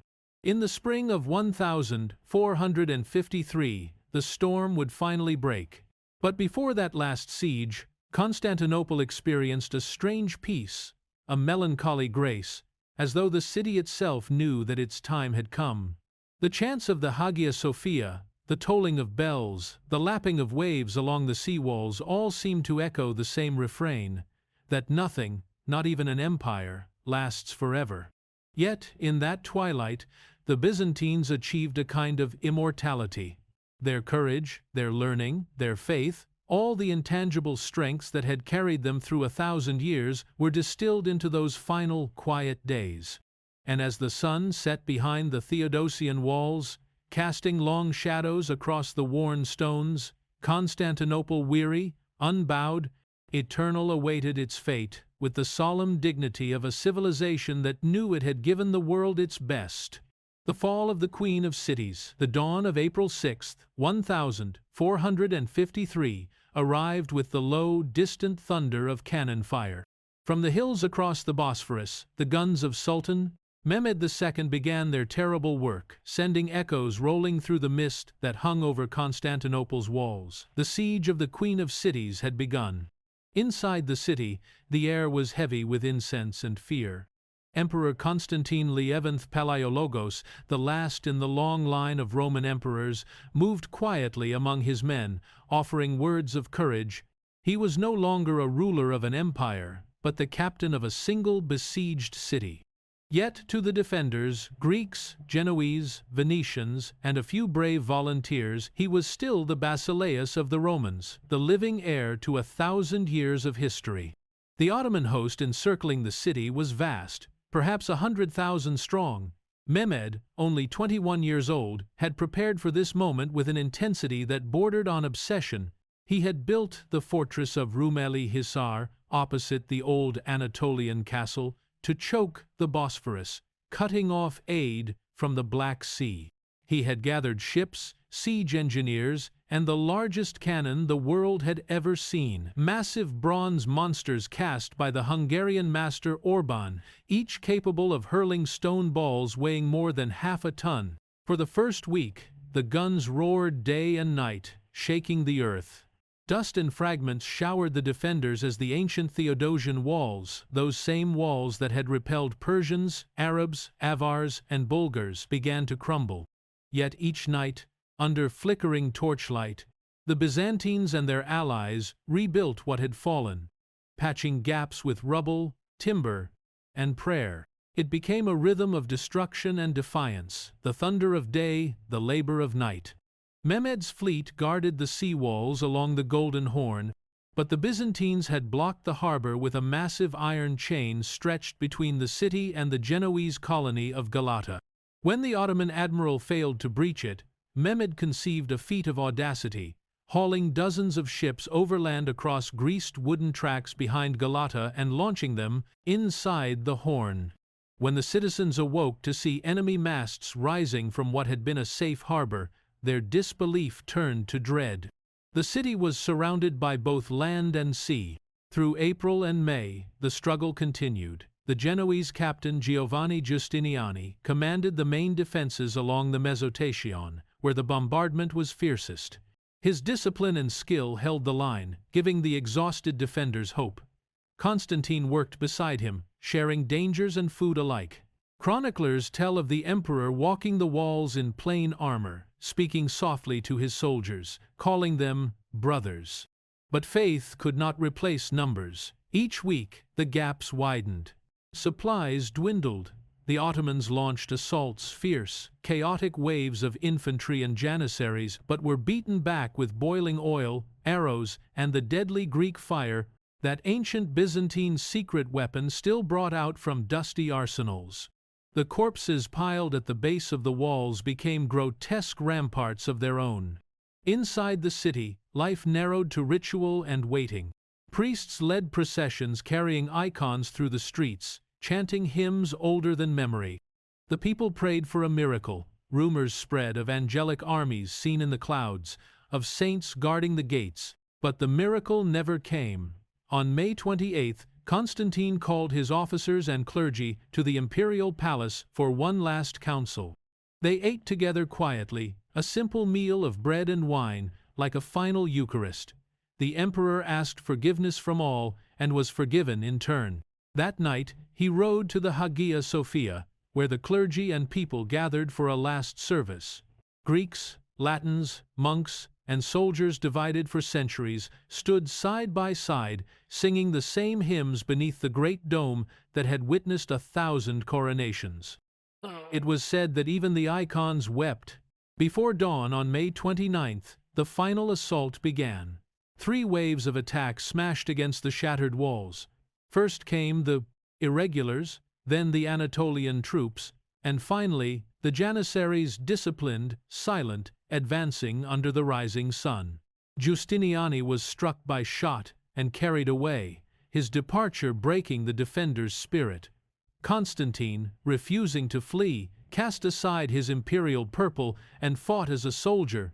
Witnesses saw him disappear in the melee near the street Romanos gate, crying, "The city is fallen, but I live not as its emperor." His body was never found. By mid-morning, the banners of the crescent fluttered from the towers. The gates were thrown open. Ottoman troops poured in, and Constantinople, the eternal city of the East, fell. The streets ran with blood. Churches were sacked, treasures plundered, thousands enslaved. Yet Mehmed soon arrived and ordered an end to the slaughter. Entering the Hagia Sophia, he dismounted, lifted a handful of dust, and let it fall upon his head in humility. The mosque was consecrated for Muslim worship. The muezzin's call echoed beneath its dome for the first time. When the smoke cleared, the young sultan walked through the deserted palace of the Blachernae and gazed upon the ruined throne of the Caesars. "What a city we have given to ruin," he murmured, half in triumph, half in awe. He was now not merely the ruler of the Turks but the heir to Rome itself. For the West, the fall of Constantinople was a thunderclap. Bells tolled in Rome and Venice, prayers were offered for the lost empire. Some saw it as divine punishment for schism, others as a call to arms.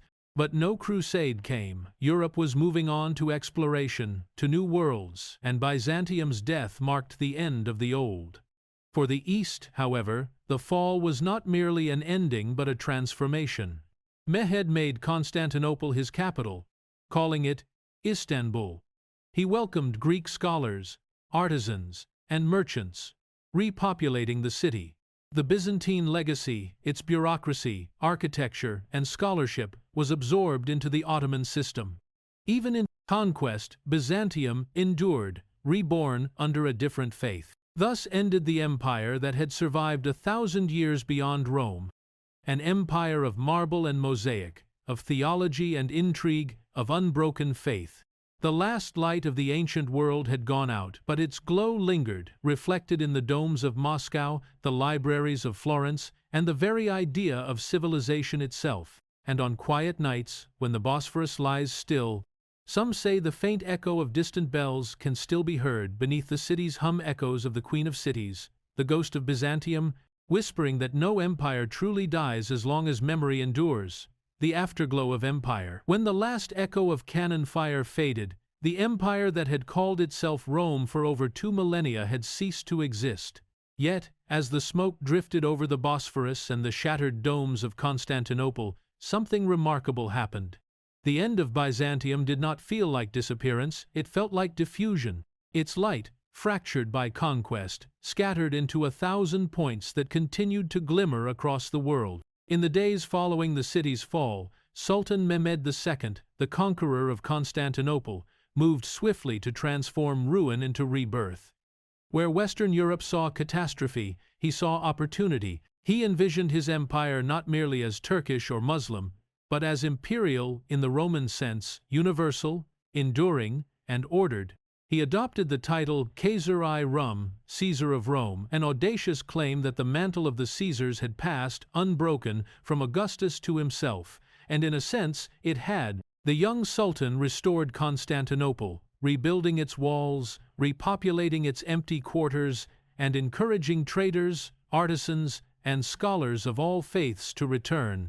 Greeks, Armenians, Jews, and Turks, those who had fled, began to trickle back. The great Hagia Sophia, now a mosque, still dominated the skyline, but the city's heartbeat quickened again. Within decades, Istanbul was once more one of the richest, most vibrant cities in the world. Mehmed's empire would become the new superpower of the Eastern Mediterranean, its bureaucracy, architecture, and diplomacy all deeply indebted to the Byzantine model. But beyond these practical inheritances, Byzantium's spirit traveled farther still. Greek scholars fleeing the ruins carried with them what may have been the empire's greatest treasure, its memory. In Italy, in Florence, Venice, and Padua, men like Bessarion and George of Trebizond brought manuscripts, philosophies, and a vision of classical humanism preserved through centuries of Eastern care. From these seeds grew the Renaissance, a flowering of art, science, and learning that would transform Europe. Ironically, the fall of the Byzantine Empire helped awaken the modern world. While the West rediscovered ancient Greece through Byzantine intermediaries, the East absorbed Byzantine wisdom into its own fabric. Ottoman architects studied the secrets of Hagia Sophia's dome. Administrators adopted Greek titles and systems. Diplomats inherited the art of intricate, subtle statecraft that had defined Constantinople's survival for centuries. Even the Ottoman Sultan's court rituals echoed those once performed in the great palace of the Byzantines. Yet, perhaps the most enduring heir to the Byzantine world was not the Ottoman Empire, but the Orthodox Church. Though humbled and contained within new realities, it remained the living vessel of Byzantine theology and culture. The ecumenical patriarch of Constantinople retained his title under Ottoman rule, granted authority over all Orthodox Christians in the empire. In monasteries on Mount Athos and in the hills of Meteora, monks continued to chant the same hymns sung in Justinian's day.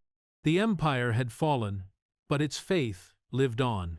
Far to the north, in the cold forests of Rus, a new idea took root.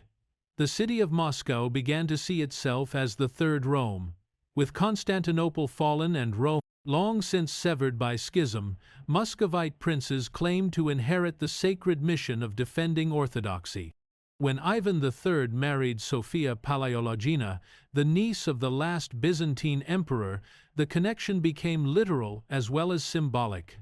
The double-headed eagle of Byzantium, gazing east and west, became the emblem of Russia. A new empire was taking shape, one that would carry the Byzantine conception of divine kingship and holy destiny far into the modern age. In this way, Byzantium's death birthed three heirs: the Ottoman state, the Orthodox faith, and the Slavic world's imperial dream. Each carried a fragment of the old empire's identity, political, spiritual, and cultural, woven into new patterns that would shape the centuries that followed. Meanwhile, in the West, the memory of Byzantium became something strange and distant, colored by centuries of rivalry and misunderstanding. Medieval chroniclers often portrayed the empire as decadent, its politics as duplicitous, its people as proud and scheming. To be Byzantine became a byword for complexity, intrigue, and decline. Yet this caricature concealed the truth, that for 1,000 years after the fall of Rome, it had been Byzantium that stood as Europe's shield, holding back invasions, preserving knowledge, and transmitting the light of classical civilization through the darkest ages. Modern historians have begun to correct this. They see the empire not as a decaying relic but as a miracle of endurance. No other state bridged so many worlds for so long: ancient and medieval, pagan and Christian, Roman and Greek, European and Asian. Its history was not a tale of slow dying, but of perpetual transformation, of adaptation without surrender. Byzantium's genius was not in conquest, but in survival. Even in the present, its echoes persist. The domes of Orthodox churches across Eastern Europe gleam in its image. The melodies of its liturgies still rise each morning and evening, unbroken by time. The marble fragments of its palaces rest in museums, yet they whisper of an empire that shaped half the world. The Greek language, once its official tongue, endures. Its philosophers and historians are studied from Athens to New York. And the Hagia Sophia, ever the heart of the Byzantine soul, still stands its vast dome, catching the same golden light that once shimmered on the mosaics of emperors. The Byzantine Empire's afterglow reminds us that the past does not vanish, it transforms. In the Ottoman mosques that mimic its domes, in the Renaissance that revived its manuscripts, in the Orthodox prayers that repeat its words, and even in the modern concept of statecraft itself, Byzantium's hand can still be felt. It lives not in marble or empire, but in memory, and influence a civilization that refused to be forgotten. And so, when we speak of Byzantium, we speak not only of what ended in 1453, but of what continues still, a world that once called itself eternal, and though broken, somehow proved itself right. The empire is gone, but the idea endures. For in history's quiet twilight, as the Bosphorus reflects the last colors of the setting sun, the spirit of the Queen of Cities still lingers, patient, proud, and undimmed, waiting, as it always has, for the world to remember. The legacy of light. When an empire dies, its walls crumble, its banners vanish, and its palaces fade into dust. Yet what endures, what truly defines the greatness of a civilization, is not its armies or its emperors, but the ideas it leaves behind. The Byzantine Empire, long dismissed as the weary continuation of Rome, was, in truth, a bridge between worlds. It did not simply preserve the past, it transformed it. It forged a synthesis of Greek intellect, Roman governance, and Christian spirituality that became one of the foundation stones of the modern world.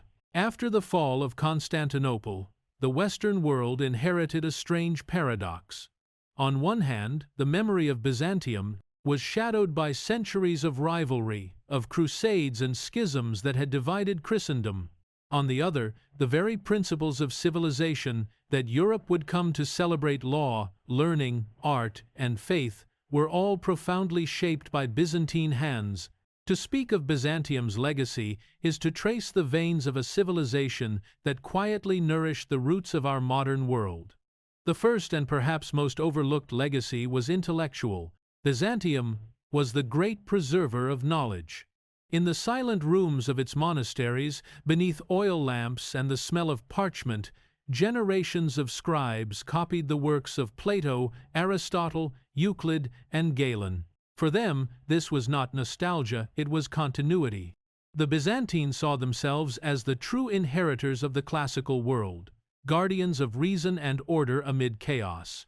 When the Western Roman Empire crumbled, it was Byzantium that kept the libraries alive, that maintained the language of philosophy and science. Without their devotion, vast portions of ancient Greek and Roman thought would have vanished forever. And so, when fleeing scholars carried these texts westward after 1453, they were not introducing lost treasures, they were releasing seeds that had been patiently kept alive for centuries. In Florence and Venice, those seeds took root, blooming into the Renaissance. The works of Aristotle and Plato, copied in Constantinople's scriptoria, became the backbone of Europe's intellectual awakening. The artistic techniques that defined Byzantine mosaics, its mastery of color, light, and divine proportion, inspired a generation of painters who sought to capture the sacred through beauty. In this way, the fall of Byzantium was not the end of antiquity, it was its rebirth. The second great inheritance was political. The Byzantines perfected what the Romans had invented, the art of governance through systems rather than men. Their bureaucracy, often mocked by Western chroniclers as overcomplicated, was in fact a masterpiece of order. It balanced power between church and state, between emperor and senate, between generals and governors.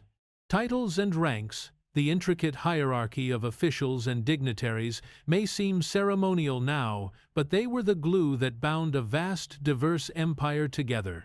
Many modern institutions of civil administration, from the chanceries of Europe to the diplomatic protocols of modern states, owe something to that Byzantine model of governance. Their diplomacy was perhaps their greatest art. When swords failed, words prevailed. Byzantium survived not only by might but by mind through treaties, marriages, and alliances that kept stronger enemies at bay. They mastered the language of subtle influence, the careful balancing of rivals, the calculated generosity of gifts and titles. In a sense, the Byzantine Empire invented the notion of international relations as a fine, deliberate craft. Even today, the term Byzantine diplomacy evokes a mix of admiration and awe, the skill of surviving not by force but by intelligence. The third and most enduring inheritance was spiritual. The Byzantine synthesis of Christianity transformed the faith from a persecuted movement into a global civilization. Its theologians, men like John Chrysostom, Basil the Great, and Gregory of Nazianzus, defined doctrines that remain the pillars of Christian belief. Its liturgy, rich with symbolism, sound, and incense, shaped the worship of millions. The architecture of its churches, those vast domes bathed in light, became a visual theology in stone. Faith was not separate from art or life, it was the lens through which all beauty was interpreted. Even after political collapse, the Orthodox Church carried this legacy across centuries and continents. But the Byzantine spirit did not only survive in religion, it survived in culture, in identity. The Slavic world embraced its script and its saints. The Balkan lands carried its traditions in song and story. In every monastery where a lamp burns before an icon, in every chant that echoes through a marble nave, Byzantium still breathes. It lives not as an empire, but as an idea. The belief that civilization must balance strength with faith, intellect with beauty, and power with humility. Modern scholars often say that Byzantium was misunderstood by the West because it represented something alien to Western progress. It was not driven by conquest or capitalism, it was driven by preservation of order, of wisdom, of divine harmony. Its genius lay in endurance. It survived what others could not, because it knew how to bend without breaking, how to adapt without surrendering its soul. For over 1,000 years, it stood as a living link between the ancient and modern worlds, the last great flame of classical civilization. And so, when we walk through the quiet corridors of a museum and gaze upon a golden icon from Constantinople, or when we stand beneath the great dome of Hagia Sophia, we are not just looking at relics, we are standing within a living continuum of history. Those mosaics of Christ Pantocrator, those silent faces gazing through time, are not mere decorations, they are the eyes of a civilization that watched the fall of empires, the birth of nations, and still whispered, "Through the dust, we endure." Byzantium teaches us a final, subtle lesson that greatness is not measured by expansion or conquest, but by survival, by the ability to preserve meaning when the world changes. The Byzantines saw time not as a march toward progress, but as a divine rhythm, a cycle of light and shadow, of loss and renewal. That vision still resonates today, perhaps more than ever, in a world so often obsessed with speed and forgetting. The empire may have fallen, but its memory remains luminous. From the glimmering domes of Istanbul to the chants of Athonite monks, from the painted icons of Russia to the philosophical foundations of the West, the Byzantine spirit continues to weave through the fabric of modern humanity, quietly, persistently, eternally. And as the centuries pass, when night falls and the lights of modern empires flicker, one might still imagine the faint glow of that ancient city by the Bosphorus, the city of Constantine, the city of wisdom still reflecting upon the waters. Its empire of marble and gold may be gone, but its empire of thought and faith remains unbroken. For some, lights do not die when extinguished, they become stars. The eternal echo history, for all its noise and color, eventually fades into silence. Empires rise, shine, and vanish. Their legions and emperors reduced to names on parchment and stone. Yet Byzantium refuses to be forgotten. It lingers like the echo of a bell across a still sea, like light reflecting off ancient mosaics, shimmering in gold and dust. The empire's walls may have fallen, but its soul continues to hum beneath the rhythm of human civilization. When we speak of Byzantium, we are not simply recounting the story of a state. We are speaking of an idea that faith and intellect, beauty and power, can coexist in a delicate harmony. The Byzantines believed their empire was not merely a realm but a divine order, a reflection of heaven on earth.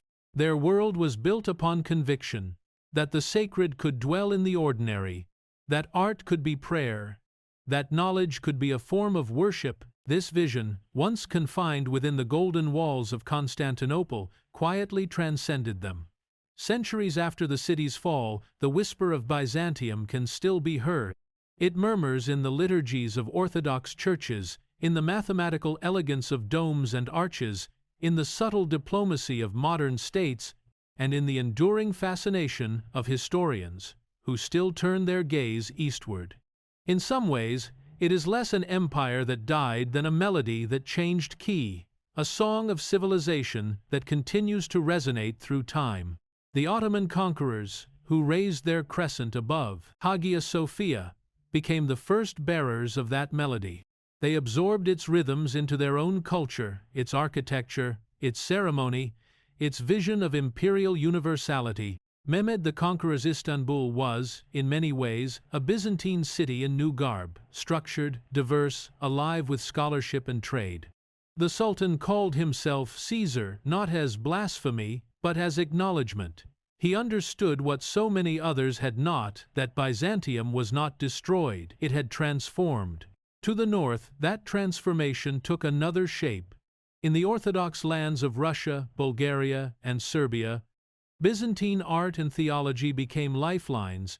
The double-headed eagle flew again over Moscow. The chants of monks in snowy cathedrals echoed those once heard in the echoing vaults of the Hagia Sophia. The Third Rome was born not in marble or conquest, but in continuity. Byzantium lived on, cloaked in new language and land, still guarding the flame of orthodoxy. In the West, the inheritance was subtler, but no less profound. The Renaissance thinkers who reshaped Europe's mind were, knowingly or not, students of Byzantium. The scrolls they studied, the philosophies they revived, the aesthetic ideals they pursued all came eastward, carried by the scholars who fled the fallen city. What we call rebirth in the West was, in truth, Byzantium's final gift, a transfer of light across the centuries. And in modern times, as nations rose and fell, the idea of Byzantium continued to haunt imagination. Historians once derided it as decadent, corrupt, a thousand-year decline, but that interpretation, born of misunderstanding, has faded. Today, Byzantium is recognized for what it was, a civilization of remarkable complexity and endurance. It stood as the longest continuous Christian empire in history, a crucible where Roman law, Greek intellect, and Eastern mysticism were fused into something entirely new. It was not merely the end of Rome, it was Rome reborn in light. Perhaps the most enduring lesson of Byzantium lies not in its theology or politics, but in its resilience. It faced catastrophes that would have annihilated lesser states, invasions, plagues, betrayals, sieges, yet, time and again, it rose. It reformed, reimagined, and reclaimed its identity, each time emerging transformed but unbroken. Its survival for over a millennium was not an accident, it was an art. The art of patience, adaptability, and the understanding that civilization endures not through domination, but through faith in its own continuity. When we imagine Constantinople at its height, the domes glistening in sunlight, the murmur of prayers mingling with the clatter of the markets, the scent of incense drifting from Hagia Sophia, we are reminded that Byzantium was not just a place, but a rhythm of existence. It pulsed with ritual and intellect, with contradictions and grace. Even its decline was dignified, its end imbued with tragedy that felt almost theatrical, fitting for an empire that had always seen itself as part of a divine drama. But perhaps what makes Byzantium eternal is not its splendor, but its quiet persistence. It lives wherever faith meets beauty, wherever learning is cherished as sacred, wherever endurance triumphs over despair. It lives in the flicker of an icon lamp, in the harmony of a choral hymn, in the measured cadence of a prayer written 15 centuries ago and still whispered today. For every civilization must one day fade, but few leave behind a light that still glows so softly across time. Byzantium's story is not just a tale of emperors and wars, but of the human spirit's refusal to surrender its sense of purpose. It reminds us that even amid ruin, meaning endures, that the fall of walls cannot silence the songs sung within them. That beauty, once created, never truly dies. And so, as this long journey through its history draws to a close, picture it once more. The Queen of Cities at dusk. The sun sinking behind her domes, the Bosphorus shining like molten gold, the call of prayer, and the distant bells blending in a melancholy harmony. For a moment, time stands still. Rome, Greece, and the East meet in the twilight of one eternal dream. Byzantium may have fallen, but its echo remains patient, luminous, and unending. a whisper across the centuries, reminding us that no empire is truly lost while its memory endures. And in that memory, glowing softly in the dark, the spirit of Constantinople, the city of light, still reigns.